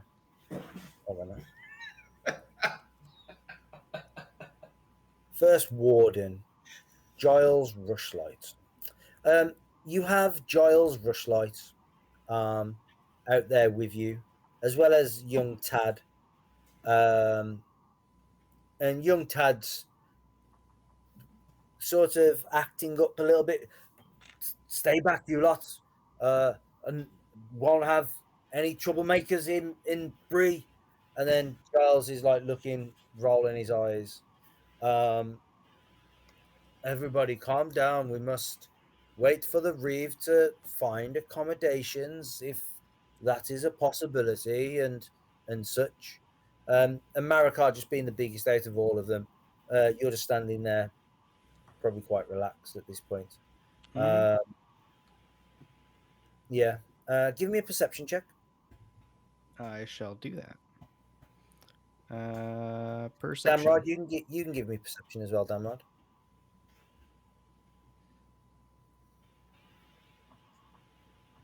Whoa! You see everything. Wow. Yeah.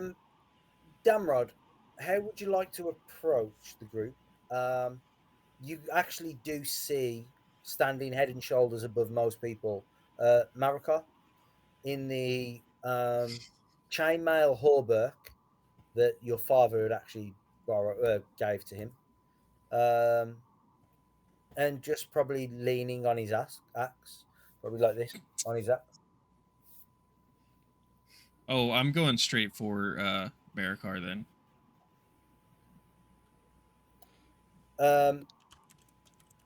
Maracar, yes. you would see a tall man, taller than you, perhaps, with a hood. Mm-hmm. How does Damrod look at this moment in time? Why don't you describe Damrod as he approaches Maracar and the group?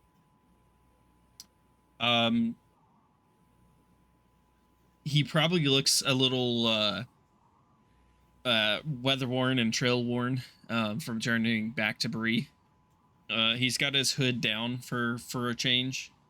Yeah. As he's approaching Bree, like because he sees this crowd that's coming up, he's he's probably taken it down so that he can kind of observe everything that's going on. And you like, if you look at him just the right way, you might have to squint because there's just like this one piece of shiny spot on his shoulder that is shine, and it's just glinting in the sun.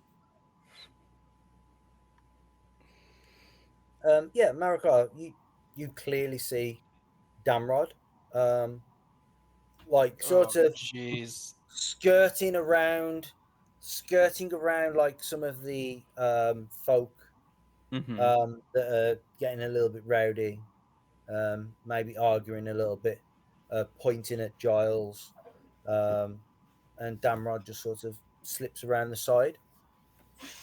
Give me 1 second. I'm gonna do something for myself real quick. And he's heading directly towards you, by the way. Oh, geez. Yeah, Maracar, he's sitting there bored, and then he looks over and he goes, squints his eyes, and then he realizes, and then he like drops his axe and pushes tab, like just not knowing. But I just like, if you ever see a hockey player just just smash someone into the wall, that's what Maracar does. No, you Derek Henry stiff arm someone. Yeah, just shove his face into the ground. Yeah, no, he shoves him off, just launches him, and then runs at Damrod and like tackles him and gives him a hug. Poor Tad wasn't even in the way.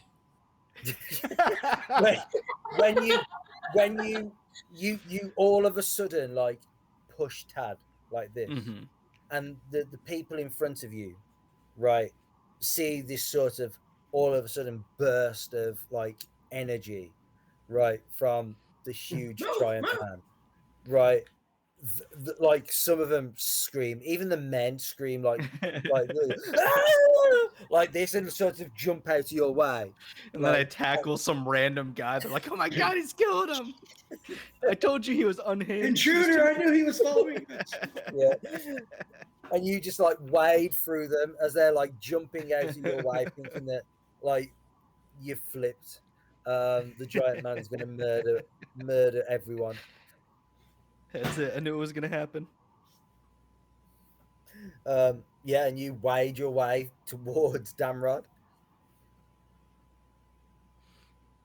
Oh yeah, and I tackle him. I shove him to the ground, and then I'm like, I shouldn't have done that. I apologize. And he like lifts Damrod up and kind of helps get him back up, and then he gives him a really big hug. Damrod will hug you back, and he's just kind of smiling and chuckling, like at just appreciating the fact that Maracar is the same Maracar as when he left. I imagine like Damrod hugs you back, but it's like one of them ones where it's like, yeah, here, and then like pat you on the head a little bit. There. I'm back now. Yes, we can go for another walk. Yeah. Go and get your lead.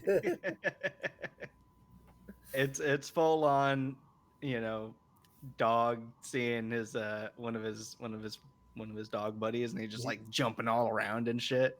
Yeah, he's in that mood. And he was like, "Hey, welcome. Come on. We got there's a lot going on. Obviously, we got refugees, and apparently they aren't allowed inside. We are under strict orders from the Reeve. What brings you back in town?" I've finished my business, at least for the moment. So I think you're stuck with me again, Maracar. Why is the Reeve keeping these people out? Why are these people here?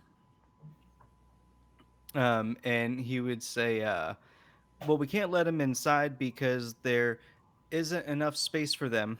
And what else did he say?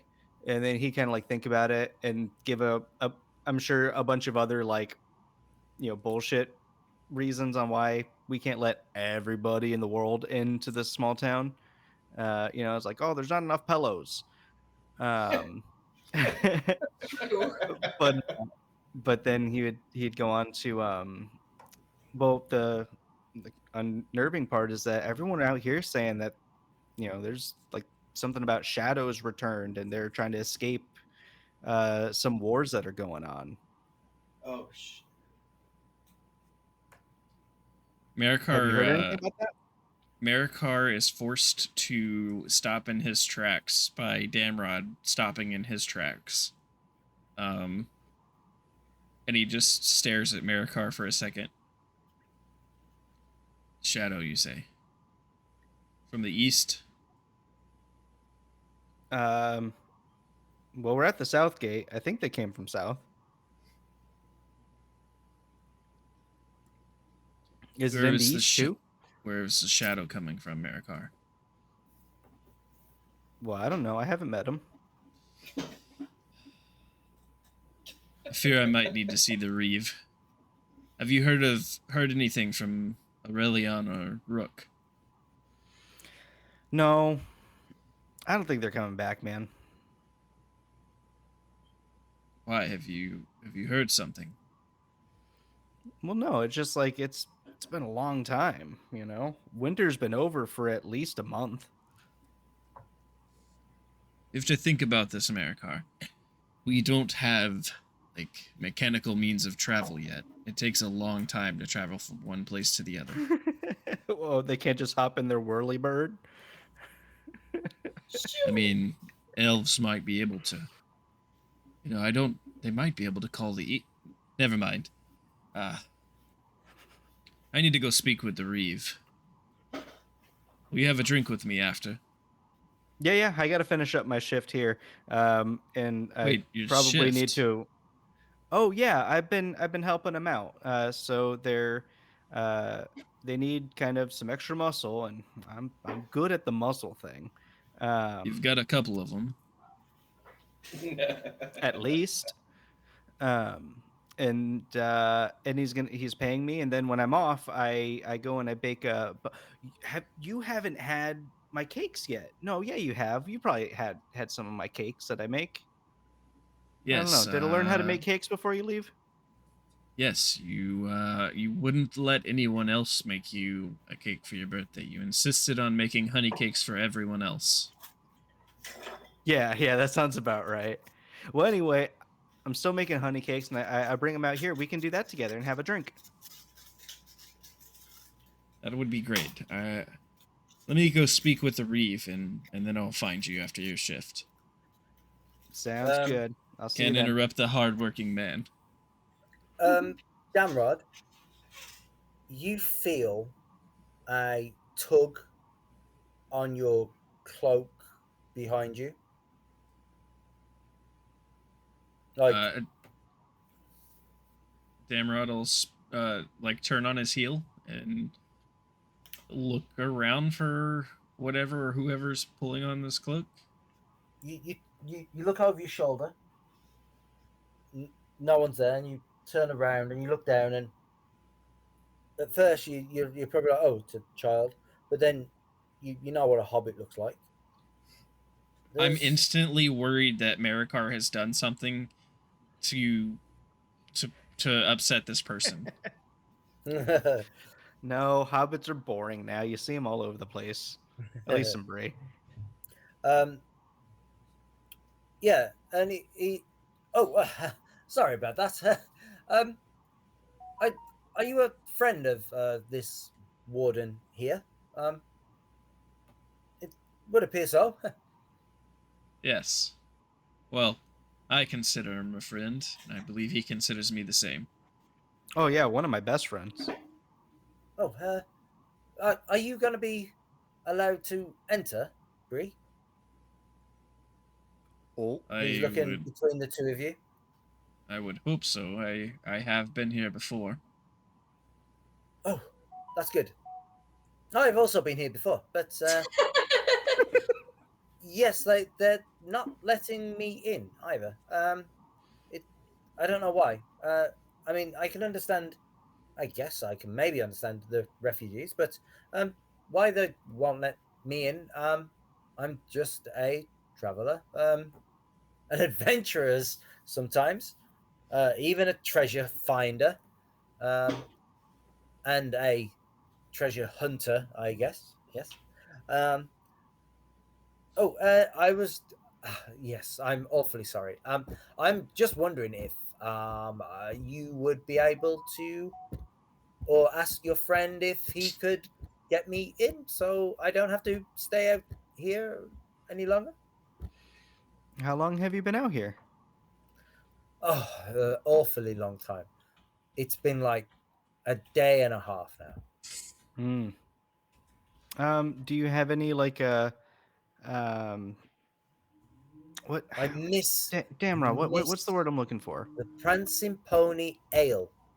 Uh-huh. Comes Uh-huh. in pints, you know. Oh yeah, yeah.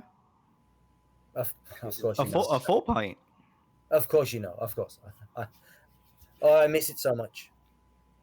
Um I don't know. I'm really not supposed to be like there's people on a list that can come in, but if you're not a refugee, then you wouldn't be on the list anyway. And he's like trying to work it out loud. Um and he just kind of looks to Damrod to be like, what do I do? Or what really he's like, what do we do? Because now you're just a part of everything. I was hoping that I could get in to speak with the Reeve and maybe sort some of this out or find a solution. The all of the refugees coming into the city may not be the best idea, but likewise, all of these people camped outside of one of the gates is also not the best idea. Yeah. Got to find a solution some way. I believe the first step is talking to the Reeve. And he kind of looks down to the Hobbit. Um, I I can't guarantee that I can get in and talk to the Reeve, but that's what I will try. What was your name? Oh, my name is Clovis. Right, just Clovis. Yes, I'm not from Bree. I am from the Shire. I got all wrapped up in uh, Mr. Bilbo Baggins' adventures. Oh, I used to be told them as a small child, and I ran away from home. And Maracar ends off with that. He like nudges Damrod and quietly says, Bobo Baggins. Right, I Feel those spasms. heard a few of those stories. Might not be the best one to follow. Regardless, Clovis, I will see if I can speak with the Reeve and see what I can find out. And see what I can do to help you and all of the others out here. Maracar, I'm Maracar. would you be able to find out if I'm able to get back in Bree, or at least tell the Reeve that I am here and would like to speak with him? Surely Yeah, he'll remember me from the troll incident. I don't know about that, man. A lot of these people have no idea about the troll incident. I'm baffled by it. But yeah, come on. We'll go talk to someone. And he'd like lead you up to the gate, and then he'd just tell the guy to open it.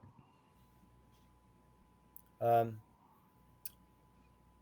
Giles, the first warden, sort of like Tad is like still dusting himself off, like a little bit muddy, stands up, and he goes to sort of challenge you, but then realizes and remembers that one time you threatened him, and he sort of Oh yeah, I backs did, down. didn't I? I forgot about that. Yeah, traumatized the lad, and he backs down. Giles will, oh, Maracar, stop. Oh, hey, We, Mr. Giles, this is Damrod. He's a real good friend of mine and a Breeze. He's just gonna go inside real quick. And he looks. Iron arm. I'll just nod to him. Very That was well. cool. Iron arm. In you go. And Maracar just caused a huge problem outside. But Yeah, because all of a sudden, like everyone starts pushing and shoving. And Damrod, you can step inside if you wish. yeah, they just like Yes. crack it just enough for Damrod to squeeze in. Yeah. And because behind you, Maracar, all of a sudden there's like why are you letting him in? Why is he going? And all that type of stuff. And there's like a bit of a shove behind you. Give me an athletics check. Oh, give me a strength save first to not be knocked over. Strength save? Yeah. Hopefully I'm still good at that. Nice. Oh my god. Yeah, he actually gets shoved. Yeah, they're like there's a group of people that like surge forward and they hit you, and all three of them like hit you, bounce off you, and fall on their asses. And there's like screaming again because people just saw people run at you and they just fall down. So they just like they don't know what's happening. He assaulted them. He's killed some more. There's like 50 Like, people running. hysterics all of a sudden. There's like 50 people running to the gate, and Marikar's like, hold on, one of the ropes is tangled. And just like with one hand holds off all these people and he's untangling a rope. Yeah. Damrod, you slip through the gates. And as you do so, you hear Giles, who's sort of pushing people off, or did, and then like they all started screaming again and almost turned and ran in terror. As like the gate stays open for a brief time. He goes, oh wait. Okay. Of course. And Clovis slips in through the gate as well. They allow Clovis to come in. Well, there we go. See, that solves your problem at least, Clovis. That wasn't very difficult. Oh, yes, thank you very much for that. Wasn't expecting him to let you in as much as he let me in as well. Thank you. What have you said to him? My question was what you said to him. We hadn't just made it to your part so far. Oh, is everyone okay? Out there? Oh, I believe so. I think your friend, Mastercar, like he, I think he got it all sorted out. I think he just scared them a little bit. He has that effect on people, but he's really a big softie. Unless you make him mad, then you might have a problem. No, I certainly do not wish to make him mad. He is very big and strong.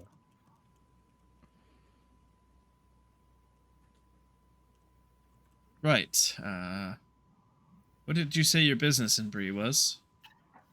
Oh, I'm just adventuring. I go here and I go there, and I like to see new places, and I like to try and find treasure.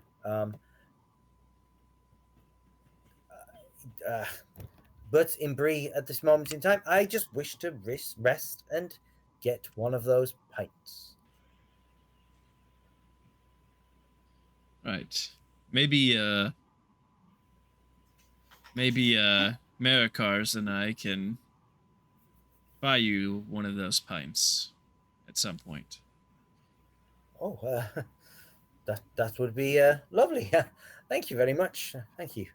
You are he called you Iron Arm. I guess I can see why. Yes. That's what people have started to call me. You are awful tall. Are you one of those rangers? That I am. No. Whew. Then, I guess I feel much safer here in Bree. Thank goodness for that. Just watch out for trolls. Oh, S- the trolls. Hasn't been one in a while, but and Damrod kind of leans closer to him. I did hear tale of a group taking care of a troll near here Really? months ago. Oh, really? Do you think it has a troll cave with like its coin and its gold and everything else? There is likely a troll cave, but I'm afraid that one of the party has a hunger for gold and probably took most of it. He was about to clap. Oh, still, it's not every day you get to see a troll cave. Perhaps if I can find this group, I can visit it and see it for myself. Hmm, that would be quite interesting. If you find out who was in the group and where they might be, come find me and let me know. Be interested to hear what people say of this story. Oh, I I will ask at the prancing pony. I will. Yes. And Damrod gives him a smile, and well, I will take my leave as I need to speak with the Reeve. Maracar, be free to escort me to the Reeve. You might be my in to get an audience with him. Would Maracar have gone through the gate? I feel like Maracar might have just like let him inside and stayed outside the gate. I mean, I guess that's up Um, Because to you. I just assumed he's you were still there. on. no, No, I I think he's still assumed on that. duty. Yeah, and especially with that sort of Oh massive yeah. press of people, he probably had to turn and Mm-hmm. Yeah. sort of deal with that slightly. But I mean, Mm-hmm. after that has been settled, you could then go through the gate if you wished. He'd probably just finish out his shift whenever that would be done. Okay. Fine, I'll just go see the Reeve by myself. Um, you make your way um, to see the Reeve, Tywick, or no, Twick, yeah, Twick, Greenleaf. He's a old gentleman, just as weary looking as previously, snow white hair. Um, however, um, he's sitting at his desk, just leaning back. Um, however, at this time, again, his assistant. I got his name wrong. Sorry, his assistant's name is Cole. Um, Yep, I remember that now, actually.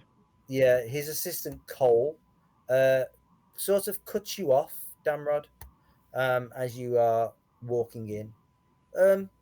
Can I help you? I believe it is Iron Arm. Is it? Yes, When did you arrive here in Bree? I've only just arrived. I've only just gotten through the gates.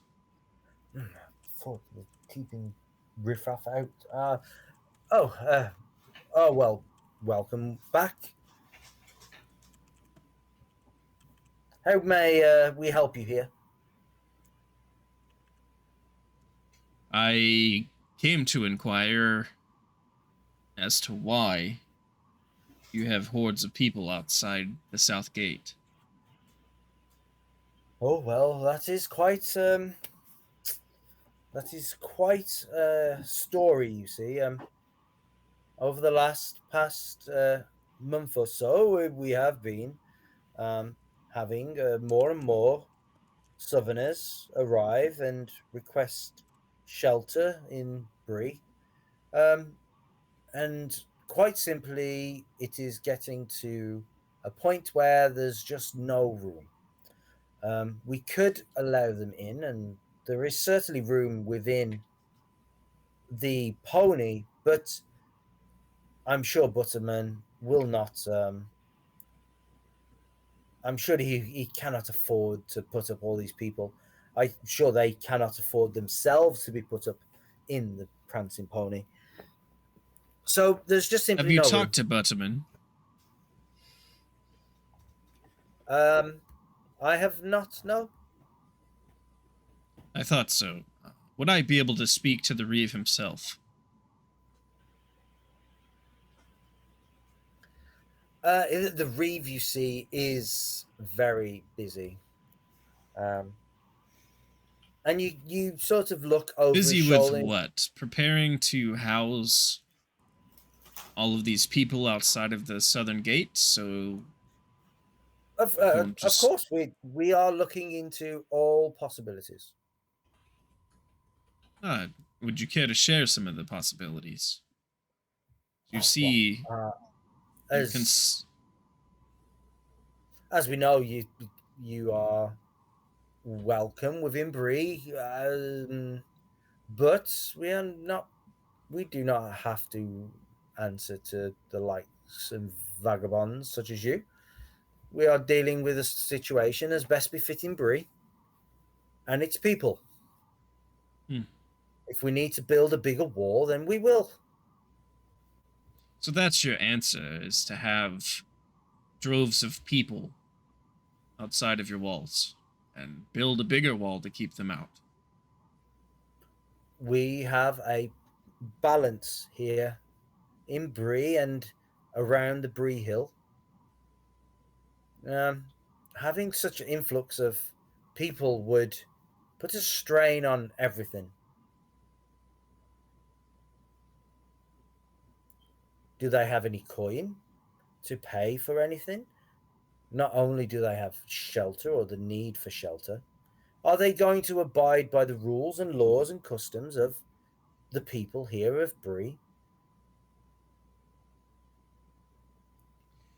I don't think that um I don't think that Damrod is even listening to this guy at this point.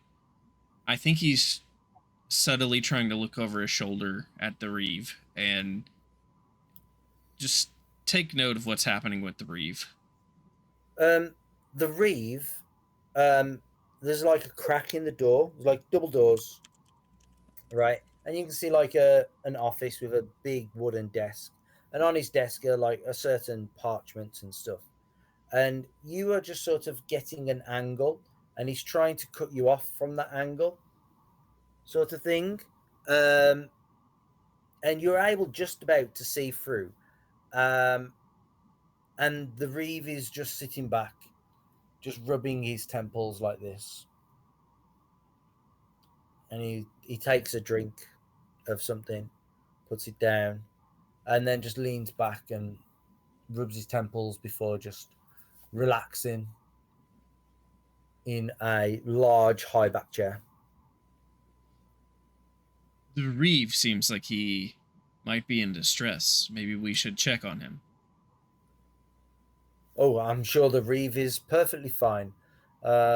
He has myself to manage any large burdens, which is what I'm doing for him.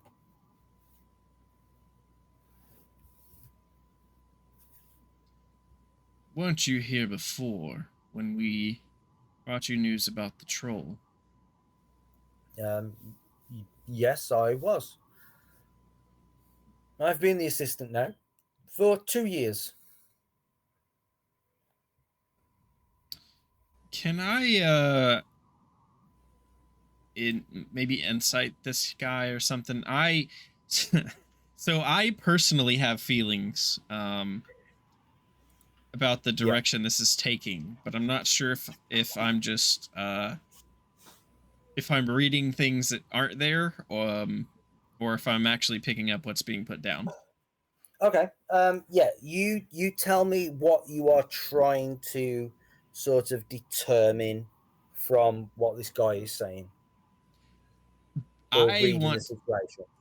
I want to know if basically if this guy is running things the way he wants to run things, and like maybe the Reeve is oblivious to what's actually happening for whatever reason.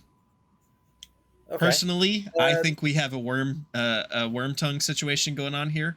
And that's kind of what I'm trying to wonder. What I want you to do then, let me have a look. I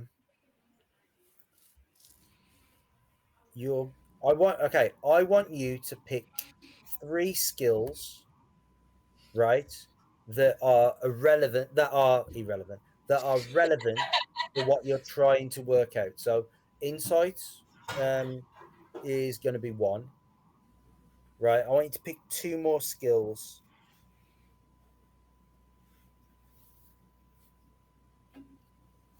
I think is appropriate. I think perception is probably appropriate. Okay.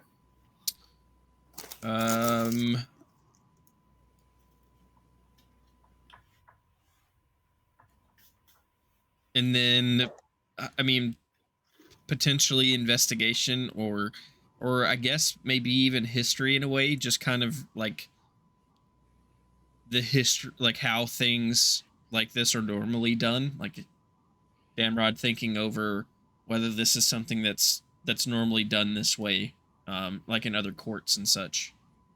Okay. I'm happy for those, and like either investigation or history. Either one. All right, so I'm thinking perception, insight, and what do you guys think? History, investigation. They're both the same. I mean, history would make sense to me. Kind of like how you said, you know, how does stuff like this normally happen? And I don't know. I think he's a slimy bastard, but I'm starting to rewatch Game of Thrones, so I'm kind of in that mindset that everyone's a slimy bastard.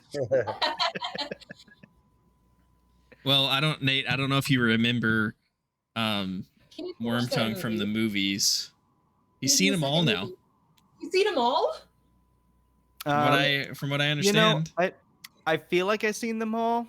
I don't think I've seen the third one though. Or 2 1/3. I think he said. Yeah, gotcha. I've seen like 2 1/3. Yeah, that makes sense. So yeah, it's like 2 hours. It's like 2 movies and then an extra hour and a half on top of it. Yeah, my flights have been like just long enough to get to almost the end of the movies. So it's a little spotty for me. But no, I don't know who Wormtongue is. I posted him in the chat so you can see it. 23 for perception. Oh, he looks familiar. Nice. If you can believe it, he's a slimy guy. 4. You know, I would have never thought. Insight. Name Wormtongue. Okay, before I roll history, I have to, since we're on Wormtongue, when I was a kid and watched Lord of the Rings, I legitimately thought this guy's name was Cream Wormtongue. Cream of Wormtongue. 13 for history. Okay. Looking around at the place, this guy Cole definitely seems to be more active, taking a more active role. And you remember last time you were here as well, it was a very similar situation then. that this guy Cole was taking much more of a forward step and maybe pushing the boundary a little bit then also, almost interposing himself ahead of the Reeve. However, you're not picking up any lies from him, and that he's just assisting the Reeve.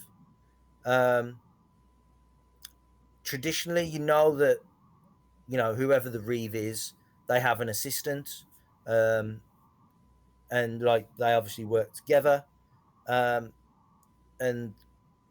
the Reeve will give public proclamations and stuff like that. But again, the Reeve will usually use other people to go and do things for them. And that's so, is this out of the ordinary that this guy is here doing the work for the Reeve? No. Is it fair to assume that this guy is doing more than he probably should be? Potentially, but you don't know. It could be hard that. to tell. Yeah, it's hard to tell, unfortunately. You'll have to just go with whatever Damrod thinks.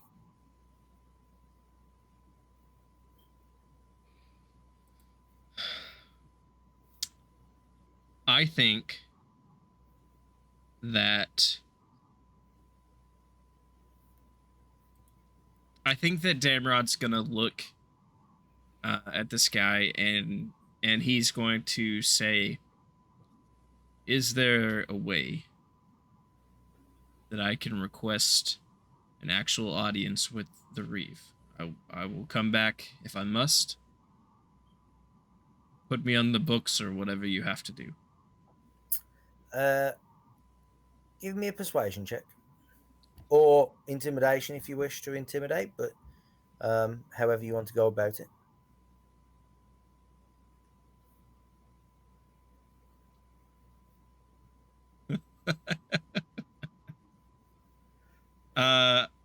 I That's think a I'm gonna zero go. modifier in both. Yes, absolutely is. So we're just gonna go with that. Ooh, ugh. Oof. Okay. You maybe word it in a way with a little bit of steel behind your words, almost demanding or dictating to it. And he maybe just leans back slightly away from you and takes like half a step back as well, and then straightens up and says, "Unfortunately, the Reeve at this moment in time is very busy. He's very booked. Perhaps," and he looks down and flips through some papers and looks up at you and, He's gonna perhaps, reschedule you. yes, perhaps early next week. What an asshole. Damrod just looks at him and goes, "Right, I'll be back next week then." With a smile on his face, and then he turns on his heel and walks out. He does the classic double door opening. Aragorn does, and walks out into the street. The din at the safe gate seems to have died down a little bit. Perhaps Maracar has just murdered everyone. Only if they got mouthy. Yeah. Rook, Orelion, you approach the east gate. Sorry. Coming in the back. And again, there are people. Stop it. There are people gathered around the gate. There's no one really camped here. However, there are people trying to get the wardens inside to open the gate. But no luck. Perhaps we could stealthily climb over. Brooke, you can stealthily climb over. I am neither stealthy nor strong. Sounds like a you problem. Maybe there's... I assume if there's a back entrance that these people would have found it by now. And I'm sure that there's going to be people all around. Maybe They couldn't find a troll. You think they can find a secret door? I mean, secret doors... No, secret doors are harder to find than trolls, you're right. Or a secret tunnel. Secret tunnel! My wife says that all the time. It's possible we may have some sway at the front gate by merit of defeating that troll some time ago. We can give it a shot.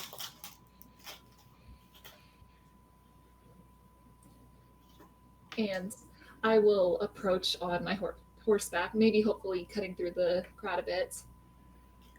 Weaving in and out. As the two of you approach on horses, you can sort of see heads over the top of the gate. And as you approach and sort of like the people are stepping back, making way for you, you hear a voice. Oh, well, look who it is again. Is it? Oh, look at these fancy folk on horses. And what do you want? Well, who is this that's saying that? Is it Tad? No, it is your mate. Is it Harry? Harry, it is your mate. Screw Harry. you, Harry. What are you doing here? Yeah, Harry's the It's not best. night time. What are you doing here? Of course, got my hood up, and I will say, Yeah, I was about to say, heads up. yeah. As we got close, we hooded up. Well, good to see you again too, Harry. They're in the hood. My comrade in here and I here were seeking entrance into Bree. I suppose you all owe us for ridding you of your troll problem. I think that should be sufficient enough. Oof. Aurelion's back with the ego. It's like, listen, you know who I am. Yeah, he's being the ultimate Karen. I don't quite think I remember you. Why don't you take your hood off so I can have a good look? You don't remember the person who helped destroy that troll some months ago? People. Troll? What are you on about? There ain't no troll around here. Troll Not in anymore. Bree. There's Not no anymore. troll in Bree. I'd say if you can't remember that, then my face and what, my hair would be enough to show you who I am? Is that what you're getting on with, Harry? Perhaps, but don't like Terry. hooded folk that want to hide their identity. Like, oh, we've been through this already. Yes, you were quite the same some time ago. Mayhaps we speak with someone else. Someone who might hold a little bit more sway than you. Oh, I mean, the Reeves awfully busy right now. Oh, we don't need Don't to go go down. about that. Is there a warden? Aye, we have wardens here. And I think someone of more substantial standing than you should be sufficient. Very well. And goes do. And I'm just moth is loose. I envision the guy just walking down the street. And a warden does appear, sort of looking down. Oh, hello there. Can I help? Yes, my comrade and I are seeking entrance into Bree. You might remember us as as part of the fellowship that rid you of your troll problem some months ago. Troll problem. You must remember the troll head that was thrown into the dike. Aurelion's gonna blow a gasket. For real. He goes, "Can I please talk to someone who hasn't been here 5 minutes?" Can I speak to a manager, please? a troll problem. I don't know about no troll problem. Heard some wild rumors about some group claiming they killed a troll, but It was troll. more than a rumor. And were you unable to look over your own wall to see the head of a troll in your dike? I ain't gonna look over no wall.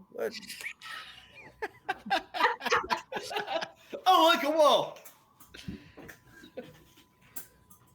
Then, It's about to go full Karen. Here it comes. yeah, for real. You tried so hard.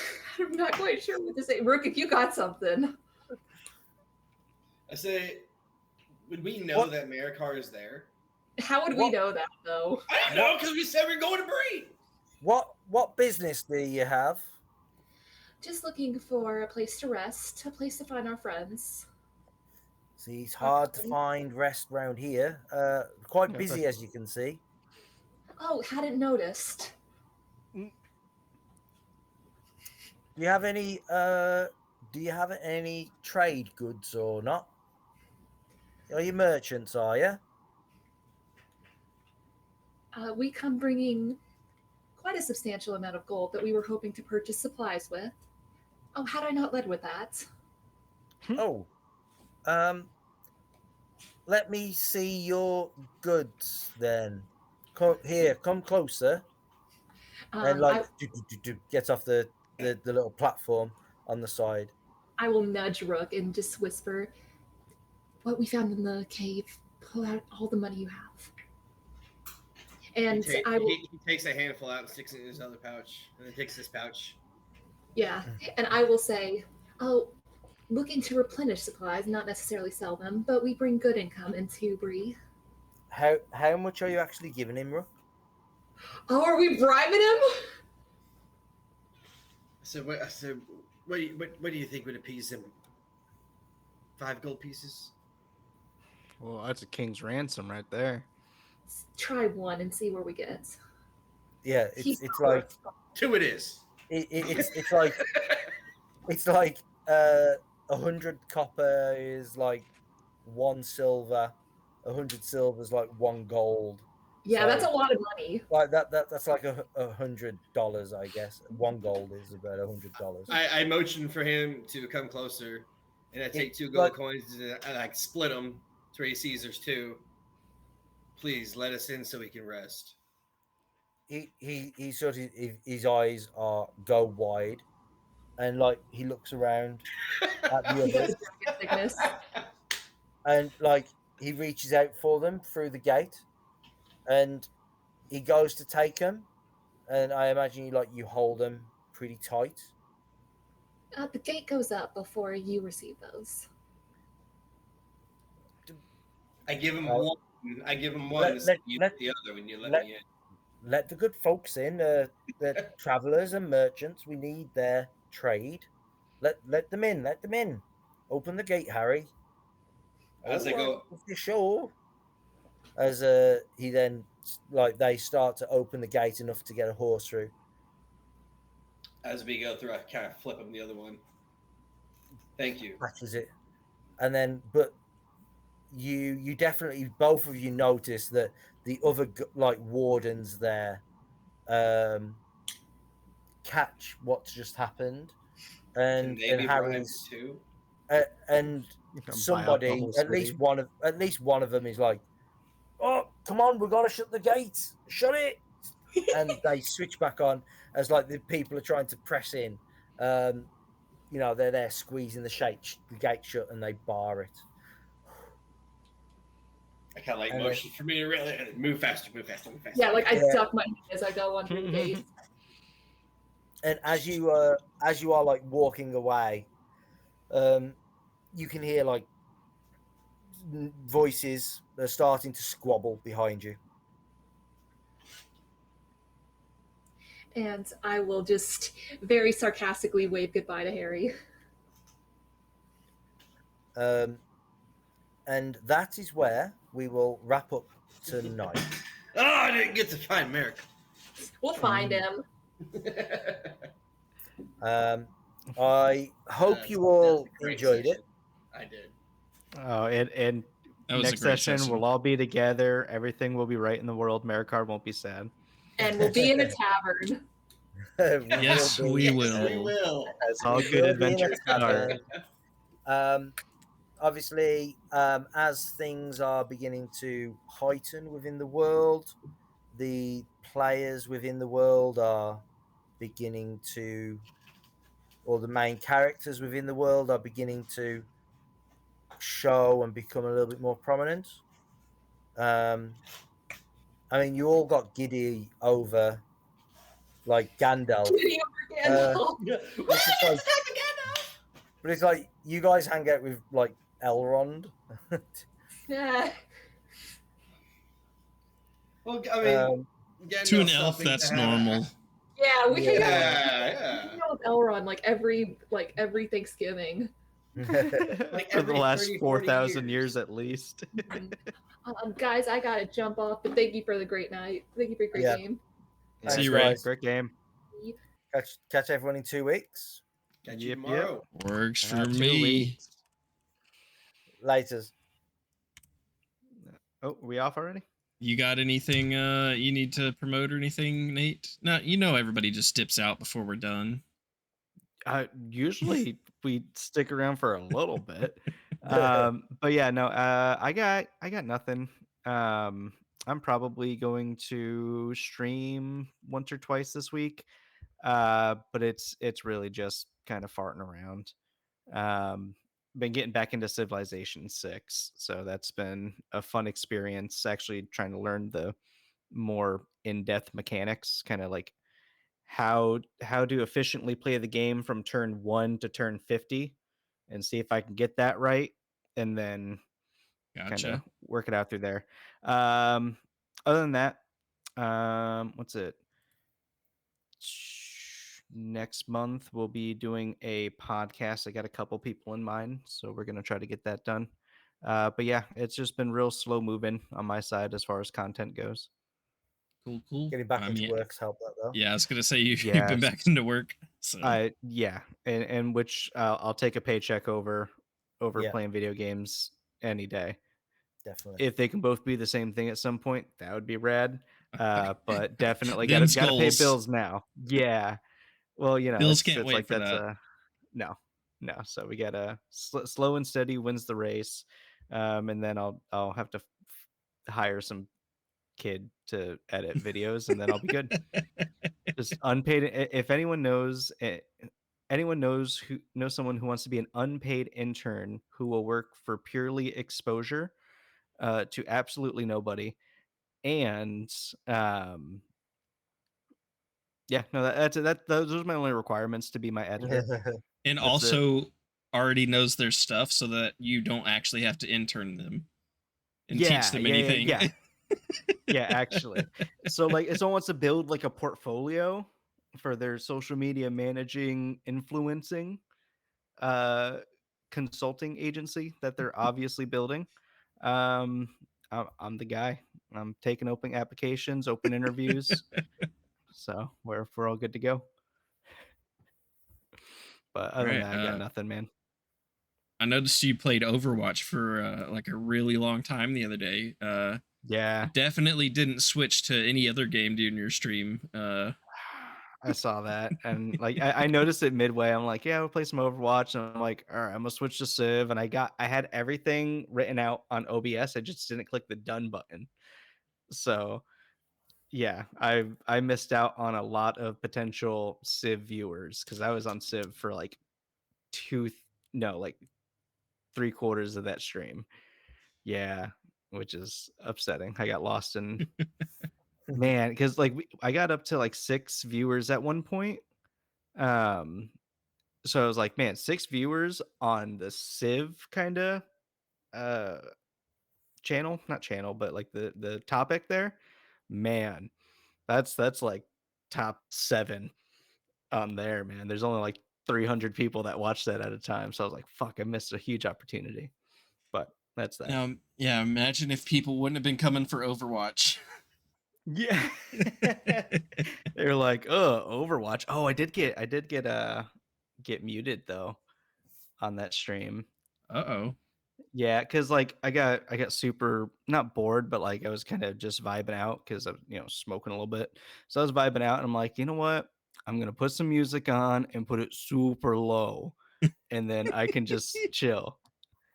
And out of that, what was it, 6 hours of well, it was more like 3 hours of like having music playing in the background. There were like four little 15 to 30-second moments Just that were shine through muted. just enough. Just enough. And I'm like, ugh, Gotcha. Yeah, that yeah. But music will get you. fair enough. Yeah, and I know. I wasn't I wasn't surprised by it, but I mean, getting muted is better than getting a DMCA strike. So oh, for sure. muted, Yeah. muted, we can deal with. But Muted, solid warning. I heard you twitch. I get it. And then I look at some of these other people streaming, I'm like, how the fuck are you like, hey Alexa, PlayStation based on, you know, Little Wheezy. And it's like you hear the music the whole fucking time, and it's like, dude, how do you do that? And not like I don't know. it's all audio trickery. I guess so, man. All audio trickery. I guess. But yeah, we had a good time. Kevin, you got anything interesting coming up anywhere at any point besides playing more lesser rings with us peeps? I have not got anything planned. Been playing a bit of Pathfinder 2e on Ooh. Saturdays. Yeah, my Saturday group has changed to Pathfinder 2e, so getting used to that system. Certainly not ready to play anything, run anything in the system, but playing it is pretty cool. Still like 5e, and it's more simplistic approach. Mm-hmm. But yeah, Pathfinder Second Edition is pretty interesting as well. Yeah, so that's good fun. Other than that, I've heard good things about Pathfinder. um, I think like the diehard Pathfinder people are all like, Mm-hmm. oh, it's the best thing since sliced bread sort of deal, Yeah. and have very Pathfinder tinted glasses on. Um, and then you'll have the counter to that, the diehard 5e people that are like, oh, you don't need Pathfinder, there's no room for it, no need for it. I think you sort of get that sort of vibe from both sides of it. Yeah. But if you just look at it, it's two systems that are pretty similar, two systems that have something different going on for it. The more simplistic one is 5e, and then 2e is, it has a lot of interesting mechanics with it, which really come into play. A lot of conditions, a lot of effects and weapon effects and stuff, which is very interesting. It makes Mm-hmm. that side of it pretty fun. Pathfinder people will say, "Oh, you get so much customization and choices when you're building your Right, characters." right. But then at the same time, actually, once you've chosen a path at level 1, you are always steered to continue that path. Mm-hmm. Because if you don't, you're losing out on something sometimes. And Right. Yeah. so, like, it Like effectively, like multi-classing is more detrimental, like stuff like that. um, I don't know. Or is it more so like That's there's just such a focus on like the skills and those other things and those little So, intricacies in your so class? how multi-classing works is you never leave your class, right? Mm-hmm. So let's say you are a fighter, right? You don't all of a sudden take rogue levels, and so you are now a fighter and a rogue. What you do is, as you progress through character creation and leveling up, you are picking these like features at certain levels, and you'll be given like a choice of a certain group, like amount of features. Mhm. And all you do is, instead of having one of your class features to choose, you then choose one of the other class features at level 1, right? So you would then choose rogue class features instead, Okay, right? I see, I see, I see. But you are still a fighter. You're still getting everything in the fighter. But then Mhm. instead of choosing the fighter feature, you're now choosing the rogue feature instead. I see, I see. That's Yeah, interesting. yeah. I think it's an interesting way of doing it. I guess. Yeah. Just wonder how many people would do that as a fighter wizard. So you get all the fighter HP and proficiencies, and you just keep taking like wizard levels and wizard features, sort of thing. I'm not sure how that works. Gotcha, gotcha. Yeah, never played Pathfinder. I think, if I'm not mistaken, I think you can miss out on some of your class features if you do multi-class. Mhm. Um, like Kevin was saying, I think it's from what I understand, it's supposed to be um like geared towards customization and stuff. But at the same time, if you don't follow a path, like you're gonna lose out on certain things. I mean, Yeah, in a way, 5e is kind of the same thing. Yeah, yeah, If for sure. if you stop at a It's a certain level of your calculated class risk. and start taking another one, you're gonna miss out of things in your first class unless you take more levels in that at some Mhm. point. But one of the things that I've heard that I like and I'm kind of interested in is, I from what I've heard, is Pathfinder's more geared towards teamwork. Like you get bonuses for working together, yeah, versus being like just a lone wolf kind of thing. Like, Mhm. yeah, Oh, that's interesting. yeah. Um, Fighting combat. So basically, you don't get like at 5th level, you get multi attack. Martial Mhm. characters. Right. From level 1, you can make as many attacks as you've got actions, and you're given 3 actions every round. Right? Gotcha, There gotcha, is no gotcha. like movement action, bonus action, Mhm. main action. It's just you get 3 actions. A move is 1 action, you know. So you could move as an action, move as an action again, and then move as a third action, Mhm. right? So you're moving 3 times as your actions, or you can stand there and at level 1 and go, right, I'm going to hit this creature, and I'm going to hit this creature again, and I'm going to hit this creature again. Right, At right. level 1, you can make 3 attacks. Mhm. However, there's an attack penalty on each one. So Oh, okay. your first attack is no penalty. Your next attack is -5, right? And then your next attack is -10. And I'm sure there's feats that mitigate that. Yeah. So Gotcha, gotcha, if you gotcha. use an agile weapon, Mhm. right, which is effectively a light weapon, Mhm. then instead of it being -5, it's -4. Instead of it being -10, it's -8, or yeah, I think it's 8. Um, the ranger has another feature that you can choose, which mitigates it even further as well. Um, if you have a weapon in both hands, there's a feat that allows you to attack with 1 action to make an attack with both weapons as well. So Mm. it's but the penalty will still stand for those attacks. Yeah, real cool. Yeah, Um, yeah, I've always heard good things about it. Never really I've I've never really had the opportunity to find her, but also like it just was never an interest to me. It's like yeah, I got D&D. That's fine for whatever I've always needed it for. So it fills a niche that I don't fit. You know what I mean? It's more so it's definitely a me thing. yeah, I guess it's basically it's heavily based off of 3.5. yeah. So it's like, okay, well, that's where a bunch of that system there created a bunch of systems, in games and stuff like that. Yeah, I was the same. I was more than happy to just continue on with D&D, and even now I would still be.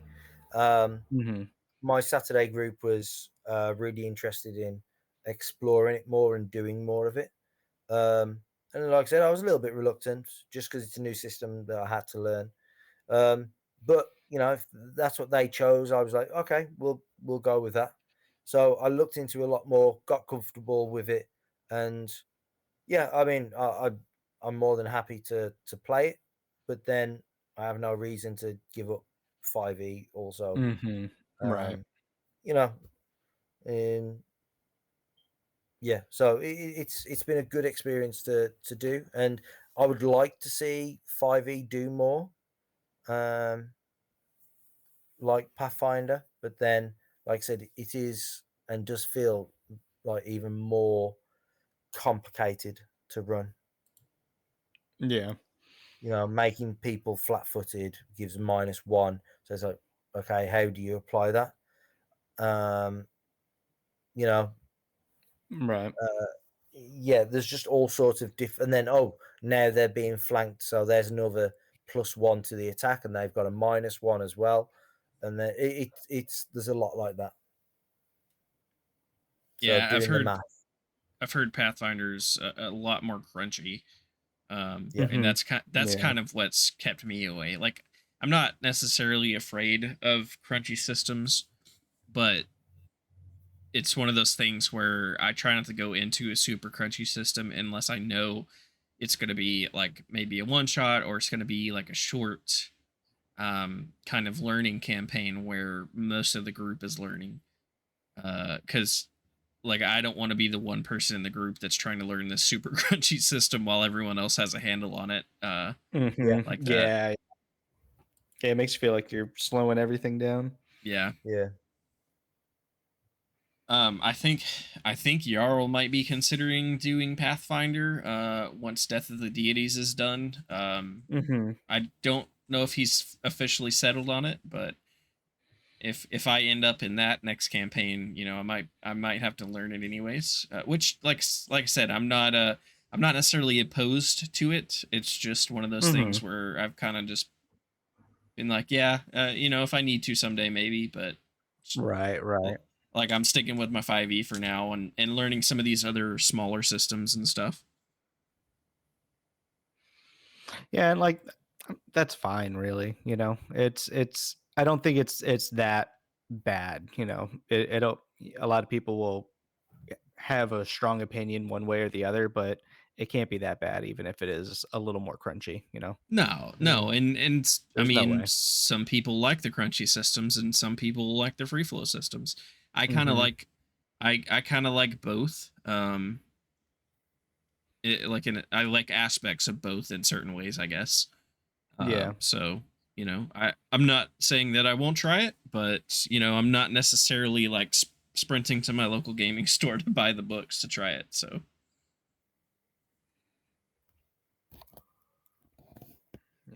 Yeah. I'm gonna get off then. Yeah, that's about all I got, man. I'm heading over to I'm actually fixing to start another stream. We're heading over to play Life is Feudal with Dumpgraw, Jarl of Goats, and a couple other people. Nice. I think I've not played it before, cool. so this will be a new experience for me, but a couple of them have played it, so I'm gonna once we're off, I'm gonna switch everything over and I'm gonna head over there, man. I'll be lurking on that one. Yeah, absolutely. And pop in. Like I said, we're on a Game of Thrones kick, so I'm out of commission for the rest of the night. Well, I finally got her to watch it, and after the first episode, she was like, "All right, it's pretty good." Oh my god, it's good, isn't it? So next time I'm in Ohio, for the convention, you're coming up with me. Ooh, it's not next year; it's the year after anyway. So, for sure. Oh, fuck yeah! You got plenty of time to plan. Plenty of time, and by that time, there'll be some more content. Cammy will be hooked, and we'll get her all dressed up. Go to hey, there she is. Go to a convention. That'd be rad. We'll all be famous streamers by then too, so we won't have to worry about jobs and stuff. We'll have like fans. 100%. Then we'll we'll get a cabin and we'll all share a cabin. Yeah. Oh, that'd be Oh, rad. that'd be so cool. Mm-hmm. I really do, like, on a serious note, I really do want to do something like that someday. Just chill with you guys. You know, not a drive 2 hours and spend an hour or two and then drive back. Yeah. You know, like, I want to actually do some chill time and get to know you guys. Like, I mean, I Right. know you guys now, but, you know, kind of in person. I would love that. It'd be great. Yeah, Yeah. definitely. That'd be real cool. All right, guys. I'll let y'all go. I'm gonna jet, and I'll see y'all next time. All right. See y'all. Have a good Catch you night. later. See you in another dimension.